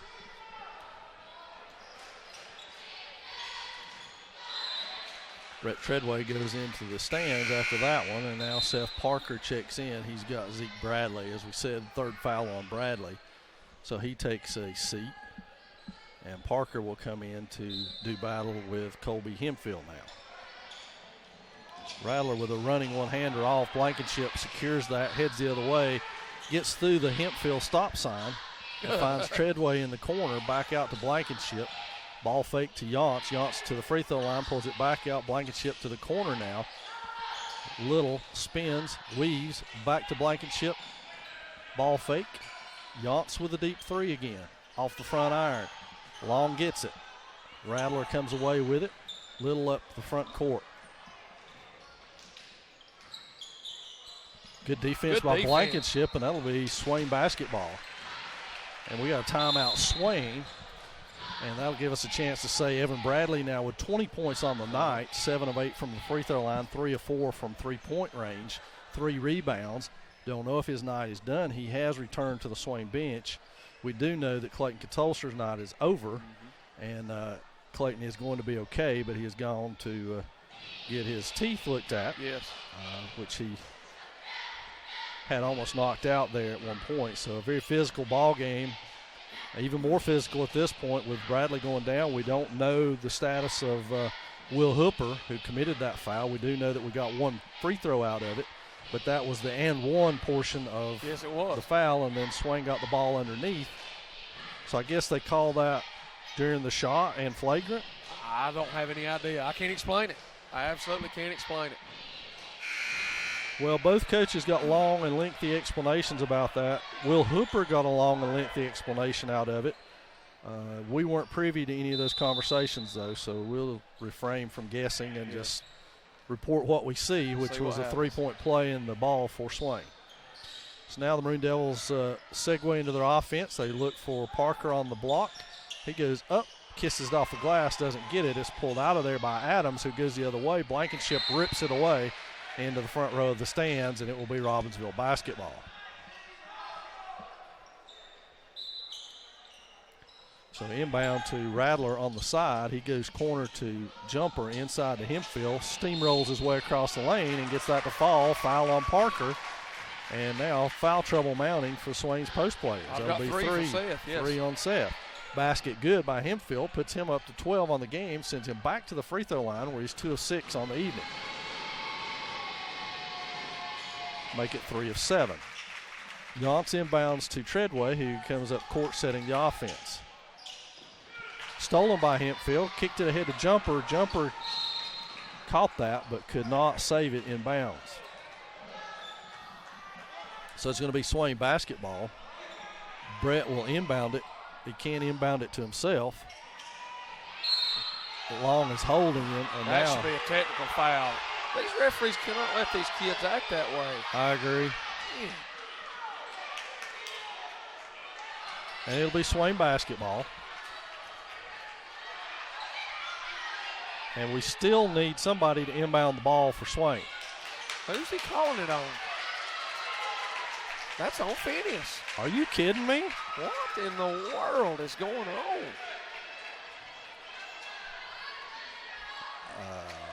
Holy cow. I think we may have entered the twilight zone. What is going on? This is as crazy a 2 games as I've seen. Rattler all the way inside, kicks it back to Long. He saves it. Jumper saves it. Hempfield with it. He steamrolls his way all the way to the basket, and it goes out of bounds off Swain. It will remain Robbinsville basketball.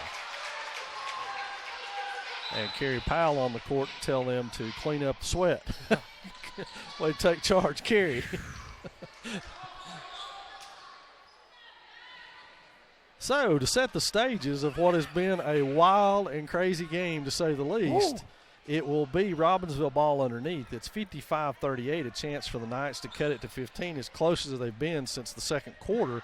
So they have inched their way back into this thing with what has become a very physical ball game all of a sudden. Swain has lost Clayton Catolstra and Evan Bradley so far. And we will surmise so far that the Knights have lost Will Hooper and Landon Orr. That's another one on Phineas. That's number 3. So back-to-back fouls on Little.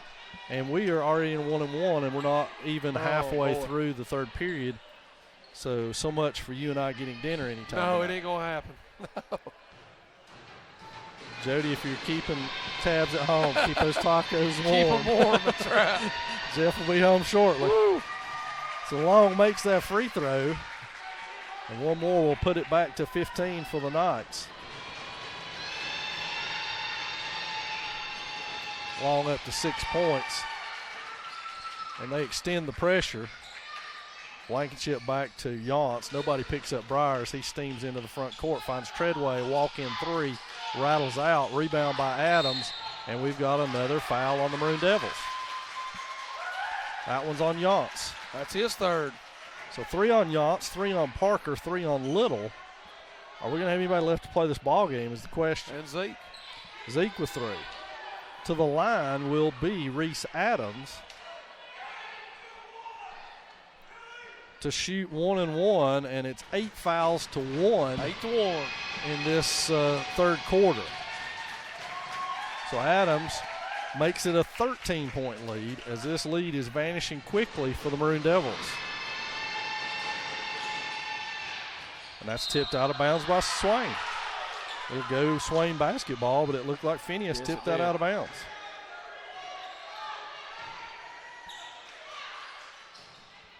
Inbound to Yance, who will be picked up by Rattler. He'll control the ball himself. Treadway on the low block, powers his way up and is fouled on the play by Jumper. And Brett Treadway will go to the line. 3:34, a 14-point lead, was 21. At one point is now evaporated down to 14. And Swain with 3 starters on the bench at this point. And Treadway at the line. Back iron on that one, no good. Brett was 7 in the game so far. Was 3 of 3 at the line going into that one. Now will shoot his second one. It's up and good. So Robbinsville inbounds, and we'll bring it up court. It will be Long, Tyler Long, to do the honors. And that's Adams.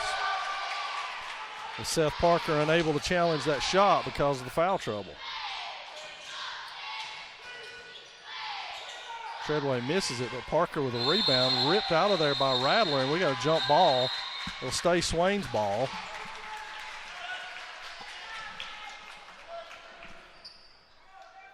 Brett Treadway will inbound for the Maroon Devils. Back out to Blankenship up top, over to Little. Little to Yance. Yance kicks it down low and then punches it back out to Treadway. Brett has it ripped out of his hands by a Jumper, and it'll be a jump ball Robbinsville's way. And Jumper will inbound it to Rattler, and they come up the court steaming ahead.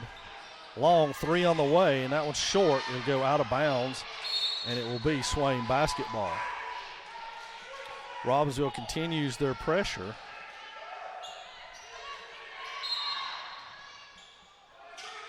Little to inbound it. And we get a timeout Swain. Scotty McMahon saving that possession with a timeout as it wasn't coming in. 2:51 left in the third. 56-43 your score. The Maroon Devils may be in their toughest stretch of the year, Jeff. They absolutely are. This game's taking a strange feel all of a sudden. Robbinsville is just imposing their will right now, and it looks like their strategy is to just pound it inside and try to be as physical as they can and try to get underneath their skin a little bit. I'll tell you, this third quarter's working. It has worked, and it's weird. We have a 13-point lead, but it doesn't feel like a 13-point lead. It feels like a deficit, to be honest with you, and the Maroon Devils need to answer at this juncture of the ball game. They need to find a way to get a bucket. I don't think they've scored since the Evan Bradley foul situation. That's a foul. Reach and grabs. And a steal by Long. He comes the other way against Yance. He'll go in, up, misses the shot. Treadway has blocked.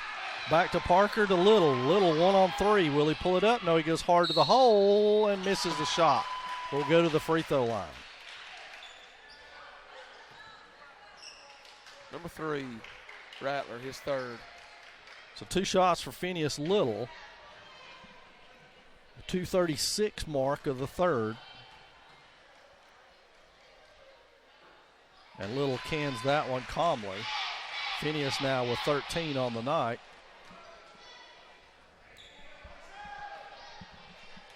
And now we'll have a second one to his credit. It's up and Knocks good. it down. So Hempfield with the ball back over to Long. He slows the pace. Goes to his right. Pull-up jumper stripped away by Yance. No, Blankenship rather. And that ball looked like it went off of Long. And he shoots the ball at the official. Why do they take that? And I don't understand it, man. Mr. Long has gotten away with a lot tonight. And Phineas Little picks up his 4th.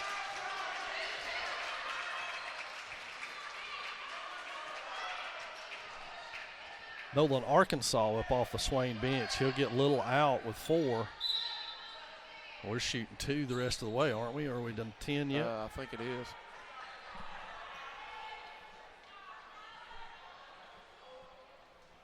Oh, it says 8 up there right now.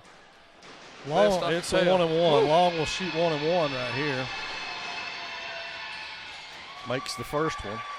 58-44 your score now. Long creeping up on 10. He's at 7 now. 3 of 3 from the line.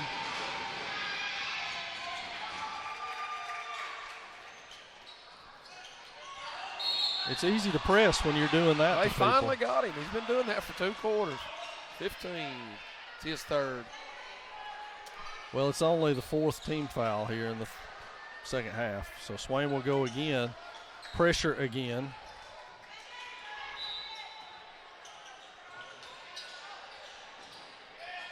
But Treadway with the ball. He puts it on the floor, tries to go through the double team and does. Now Arkansas left to bring it up against Long. Arkansas turns the corner, spins, finds Parker inside. Kicks it outside to Yance with a 3, and he's fouled on the play. So Yance will get 3 free throws right here at the 2:05 mark. Still a 13-point lead for the Maroon Devils. I just got that for Hemphill's first foul. Shocking. The most physical player out there has 1 foul. 1 foul. Yance cans the first one.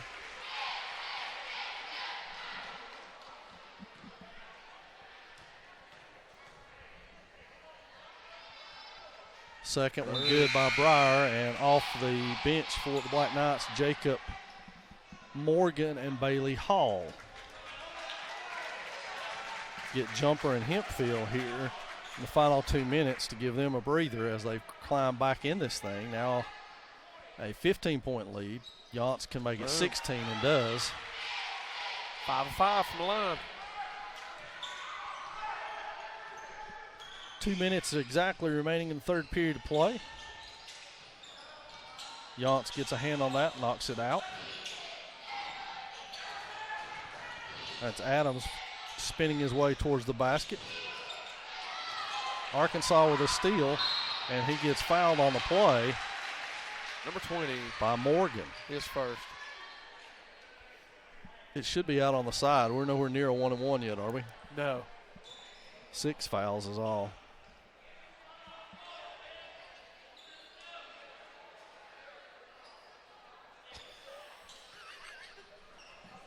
What in the world? I have no clue what's happening. Really, truly. Not even kidding anymore. Treadway inbounds to Blankenship. He'll hand it off to Yance. He'll set the play. 1:40 remaining in the third period of play. Arkansas with it on the wing, back outside the Blankenship. Parker fights hard in the paint with Adams. Treadway to Yance to Arkansas, back to Blankenship. Back to Yance. Inside to Parker. Parker spins, reverses his way inside. Seth Parker with a good move to make it 63-45, 1 minute, 10 seconds in the third. Blankenship comes out to take Rattler at the Devil S. Screen coming on his left. Rattler pulls up, jumper rebounded by Adams and laid in. Adams having a big night, 13 points. Been very physical inside. He's still physical. He has taken Parker, moved him completely out of bounds, blocked by Morgan, pitched ahead to Long. It'll be Long and Blankenship. Long goes all the way around Blankenship and lays it in. 63-49. We're under 40 in the third. Treadway beats the defense and then stumbles back out to Blankenship. To Arkansas. Arkansas sets. 3 on the way. Treadway goes spinning out of bounds on the ground. No call. That one is saved by Blankenship. Treadway and Hall collide. Now Rattler all the way up court. It's 1-on-4 and he throws it away. Maroon Devils laying on the bench, laying on the court all over the place. They need to clean up some sweat. Yance was on the floor. Blankenship on the floor. Treadway on the floor. We call this in the girls' game saying the officiating could make this a very brutal game, and it has been that. Yes, it has. It has been a beating this second half, particularly for the Maroon Devils, who are surviving in more ways than one at this point. Inside to Parker, who spins, tries, he's pushed, shoved, and we get the foul on Hempfield, which, as you indicated, is only his second of the ball game. That's it. But with 4.5 seconds left, Parker will go back to the free throw line where he is 2 of 2 on the night with a chance to make this a little bit bigger lead for the Maroon Devils. 3 for 3. Seth makes that one. Into the ball game comes Tucker Rice for the Knights, and Tank Rattler will get a breather. Parker back to the line where he has 5 points on the night. And that one rattles around and out. Hempfield with it. Blankenship strips it, but it goes out of bounds off Blankenship. And into the game will be Landon Orr. We know he has 4 fouls, but for 3.3 seconds, they want Colby Hempfield to get a breather so he can go the entire fourth quarter, I would imagine. Uh-oh, that may be a mistake, Coach. Yance with a steal, 3, banks home. Briar Yance at the buzzer. A huge 3. Huge 3 for Briar Yance to push this lead back up to 18. 67-49 is your score. And we'll keep it right here. A big 3 by Briar Yance, which gives him 11 for the game now. And big shot. Will that stem the tide? The Knights basically control the action in that third quarter, but were unable to get over the top and get under 10 points. No, it's remarkable. You look at the score, and it was a 23-20 quarter. And it seemed almost like a 23-10 quarter. But our guys were able to hang around. You look at the lineup we had out there most of that quarter. They did a phenomenal job, really. And really and truly, when we talk about how good this team is, that's what we mean. In a quarter that technically they should have been blown out in. Yes. That you look at it, you watch it, you think Robbinsville is just blowing us away, and we come away still with a 20-point lead. Absolutely. Almost. You got Seth making big plays underneath, Darren some big stops there on D, and just a tremendous team effort, and Briar just doing what he does. So it will be Swain basketball. They will open the quarter with Yance, Treadway, Blankenship, Arkansas, and Zeke Bradley as they buy some rest for Phineas Little still and Seth Parker now. Treadway out at the line being dogged by jumper, fouled by jumper is a better term. Nice up and under by Zeke Bradley, who lays it home. And we're back to 20, 69-49, 7:45 remaining. And Long now with the basketball, jumper on the wing, comes off the screen, goes in, finds Hempfield underneath. No defense because they can't challenge shots really. Long walks, jumps his way through the lane, gets the ball back after the block. Rattler still hasn't even crossed half court to play offense. And that one rattles around and out. Arkansas pulls it down. He's mauled. and then goes behind his back to Treadway with a Blankenship in the corner. Arkansas up top, jumper on him. Back to Arkansas, 3 on the way, and he cans it. Nolan Arkansas right in Chandler jumper and cans that big 3, and it's a 23-point lead. Timeout Robbinsville, so the Maroon Devils have punched back here to open this quarter. Yes, they have. Tremendous shot there by Nolan. We've said before, he's a tremendous shooter of the basketball, and he just gave him some great minutes right there. Playing hard-nosed. And a tremendous behind-the-back pass to get out of pressure when he was basically mugged a couple of times trying to get the ball from him. Robbinsville takes the timeout, and as we do, we still tell you that Evan Bradley with 20 has not played in the second half since that undercut incident. Phineas Little on the bench with 4 fouls with 14 points. Briar Yance up to 11 now, and then the rest of it has just been gutting away. Brett Treadway with 8, Zeke Bradley 4, Nolan Arkansas 3, Darren Blankenship 3, Seth Parker 5, Clayton Tolstrad 4 before he left. So it's just been a hodgepodge of people making big plays though as we went along here. And you can't help but wonder now, even with the 3 fouls, if you don't go to Zeke Bradley a couple of trips down inside to try to get some easy buckets there, maybe a couple of 3-point opportunities, and do that inside-outside deal. Absolutely, Zeke's due. He's had a quiet night tonight, so I'm sure he's still full of energy, wants to put the ball in the basket. I think that's what we'll see. He's got a sizable advantage on Hempfield. Hempfield, of course, more upper body strength. And that's a good shot by Adams there. Sinks that home. Here comes Treadway. Good night, man. There's Yance kicking it to Blankenship, who kicked it away to Hempfield. And Swain's slow to get back on defense. And that's out of bounds off of Robbinsville. How is that kid not got a technical foul with that? Golly. So Treadway to Arkansas, back to Blankenship. Yance kept coming and gets it back to Arkansas, who shoots a 3 and cans it. So Nolan Arkansas, the secret weapon off the bench. The microwave. The microwave. 75-51, and the Maroon Devils, Jeff, are 5 away from 80 again. That one blocked by Bradley. Lots of numbers. And out of bounds. Although Teddy was open down there. I thought Teddy was going to get it and shoot it. He was open. 6 minutes exactly remaining in this one. Maroon Devils with a 75-51 advantage now. Long comes out, and Hempfield tries to set a screen. And that's Long spinning. He punches it inside. Arkansas punches it away. Bradley with a Rajon Rondo misses it. Arkansas with a rebound. Bradley with a rebound and lays it in. So Zeke Bradley gets his points off offensive glass. And now the Black Knights are emptying the bench. Long with a shot. He misses it. Punched around out there. Adams with it. Backs his way back in. Shot off. Yance with it. Punched out of bounds by Long, I thought. But it will stay Robbinsville ball. Well, here comes Mr. Number 10 back. I started saying we're going to get our answer about whether he was ejected. That would be a no. Dylan Smith and Tanner Parton into the Swain lineup. We'll get Blankenship and Zeke Bradley out. 77-51 with 5:21 remaining in this one. It is Robbinsville basketball. I'll admit to not knowing how. There's a 3 on the way, missed. Parton did not box out. Arkansas with the foul, and it will send Mr. Hall to the line, Bailey Hall. And he is yet to score in this game. Yes. So his first free throw attempt.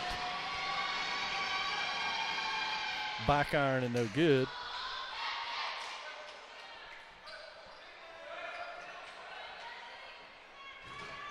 Second attempt on the way from Hall is up and good. So Treadway takes the pass to Arkansas. He hits Smith in stride. Smith pull-up jumper, front iron and no good. Pulled out by Orr. Orr goes between two, loses the dribble, picked up over there by Hooper. Hooper hits, I'll check that, Hooper hits a 3.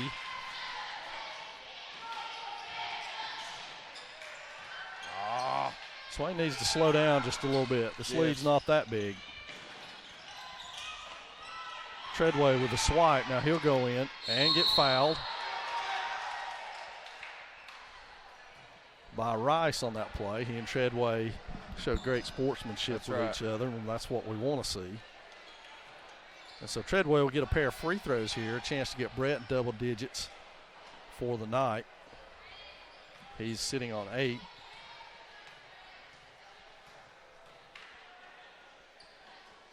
Front iron no good.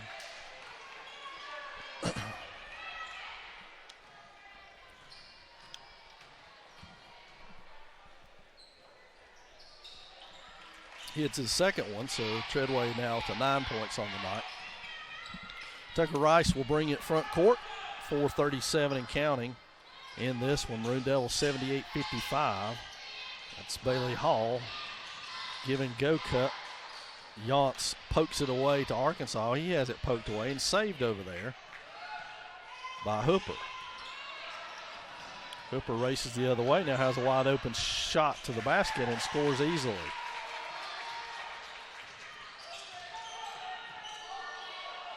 Treadway over the top to Yance to the corner to Parton. Parton double teamed and mauled.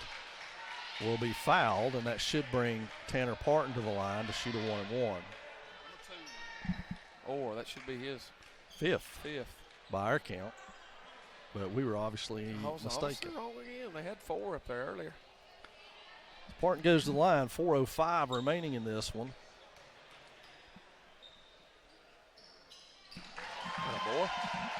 Tanner hits the first one to make it 79. And Maroon Devils have hit their average on the season now. Second one on the way, front iron, and Parton chases that one down. Tries to poke it away and will be called for the foul. Really? Come on now. So Bailey Hall will go to the free throw line. And if we go this route, it's going to be a very slow 4 minutes and 30 seconds to wind this one up. I was going to time this 4 minutes to see how long it actually takes. Bailey Hall back to the line. He's 1 of 2. He was 1 of 2 last time. Gets the roll on that one.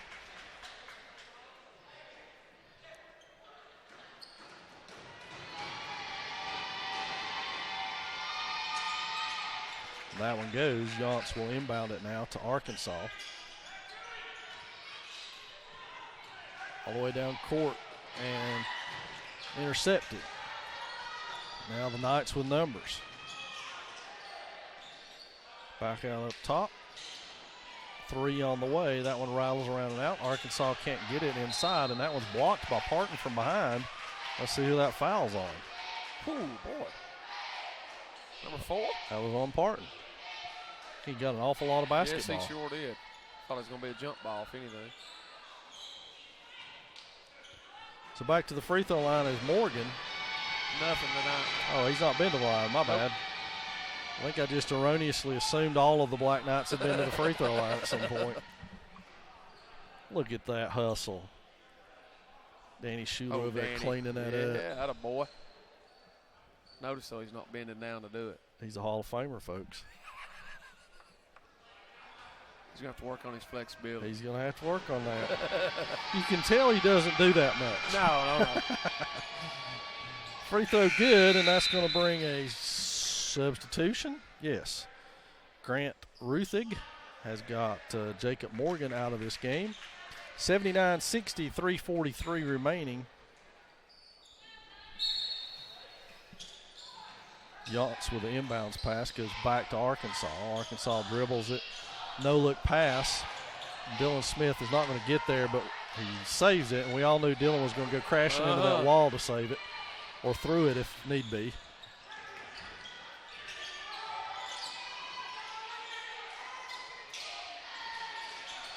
Short.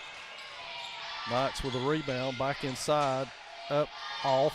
Another offensive rebound, so the Knights stacking up some offensive rebounds. He had a foul call, didn't have his whistle in his mouth. Foul's on Yance. I've got him for 4. Let's see what happens. I've been wrong all night, it seems like. 4. It is 4. So at the line will be Bailey Hall. Again. For 2 shots. Missed the first.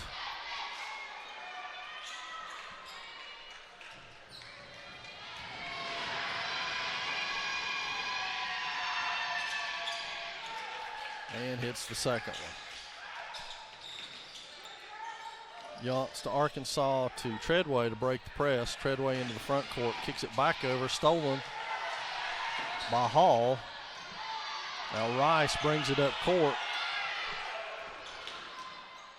Stop, turn around, pop, front iron no good. Treadway with a rebound, survives the attack, and now brings it the other way. We're at 2:47 and still counting. Parton with ball fake to the hole and is fouled on the play by Ruthig. Tanner Parton will go back to the line where he'll shoot 2 free throws this time. 1 of 2 first time.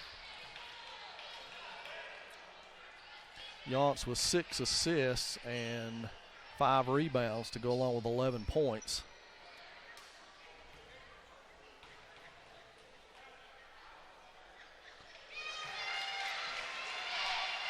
That one good by Parton. He'll have a second one on his way now.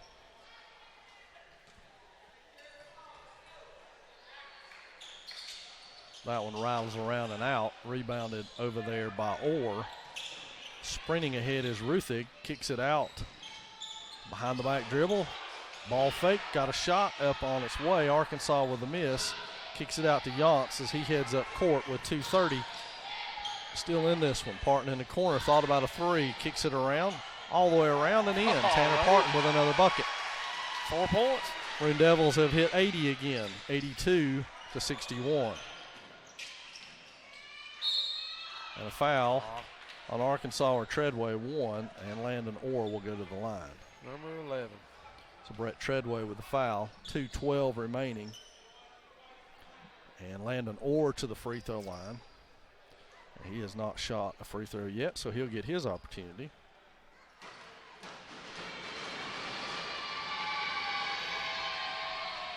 And he rattles that one around and out. And now we'll have a second one.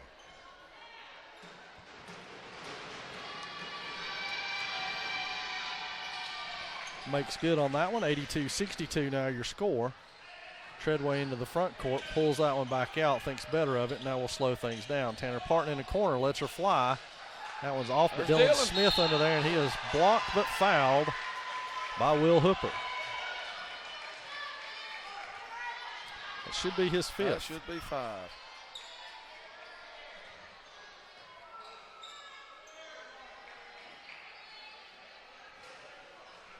So Mr. Hooper has fouled out of this game. Back in will come Jacob Morgan. Hooper leaves with 11 points. If Dylan can put one in, Coach, I believe that'll be everybody on the roster. Well, Smith will get 2 chances at this. Hello, boy. Doesn't need them. Got the first one. 83-62 now, Maroon Devils. 2 minutes, 1 second exactly remain in this one. Smith front irons that one and rolls out. Bailey Hall sprints the other way, hands it off to Orr, goes all the way to the hole, rolls out, rebounded by Parton. Parton finds Yaunts. Yaunts hesitates, now moves ahead, triple teamed, finds Parton. Parton goes all the way to the hole, misses the shot, and is pulled down by Orr. Now Parton with a steal, and he's called for the foul on Orr. Seth Parker off the Swain bench. And it should be free throws for Landon Orr. Yes. 2 of them. As we'll shoot 2 for the remainder of the night. Which is going to be how long? I don't know, but I was just thinking if you hit midnight, it should go back to 1-1. All fouls should reset if you hit midnight. Woo. It should be a rule somewhere. Parker into the game for Briar Yaunts. Yaunts leaves after doing yeoman work. 11 points, 5 rebounds, 7 assists. 5 steals. 5 steals. So good night again, filling up the stat sheet for Yaunts. Treadway with it, now funnels his way to the basket, kicks it to Parker. Parker goes up and lays it in with a foul. So a good pass from Brett Treadway to Seth Parker. Parker will go back to the line. And a chance to extend this Swain lead. We're 85-62. That's 5 fouls on Orr now. We called that one a while ago. What did we know? Obviously nothing. Yeah. So that brings Hemphill back in the game.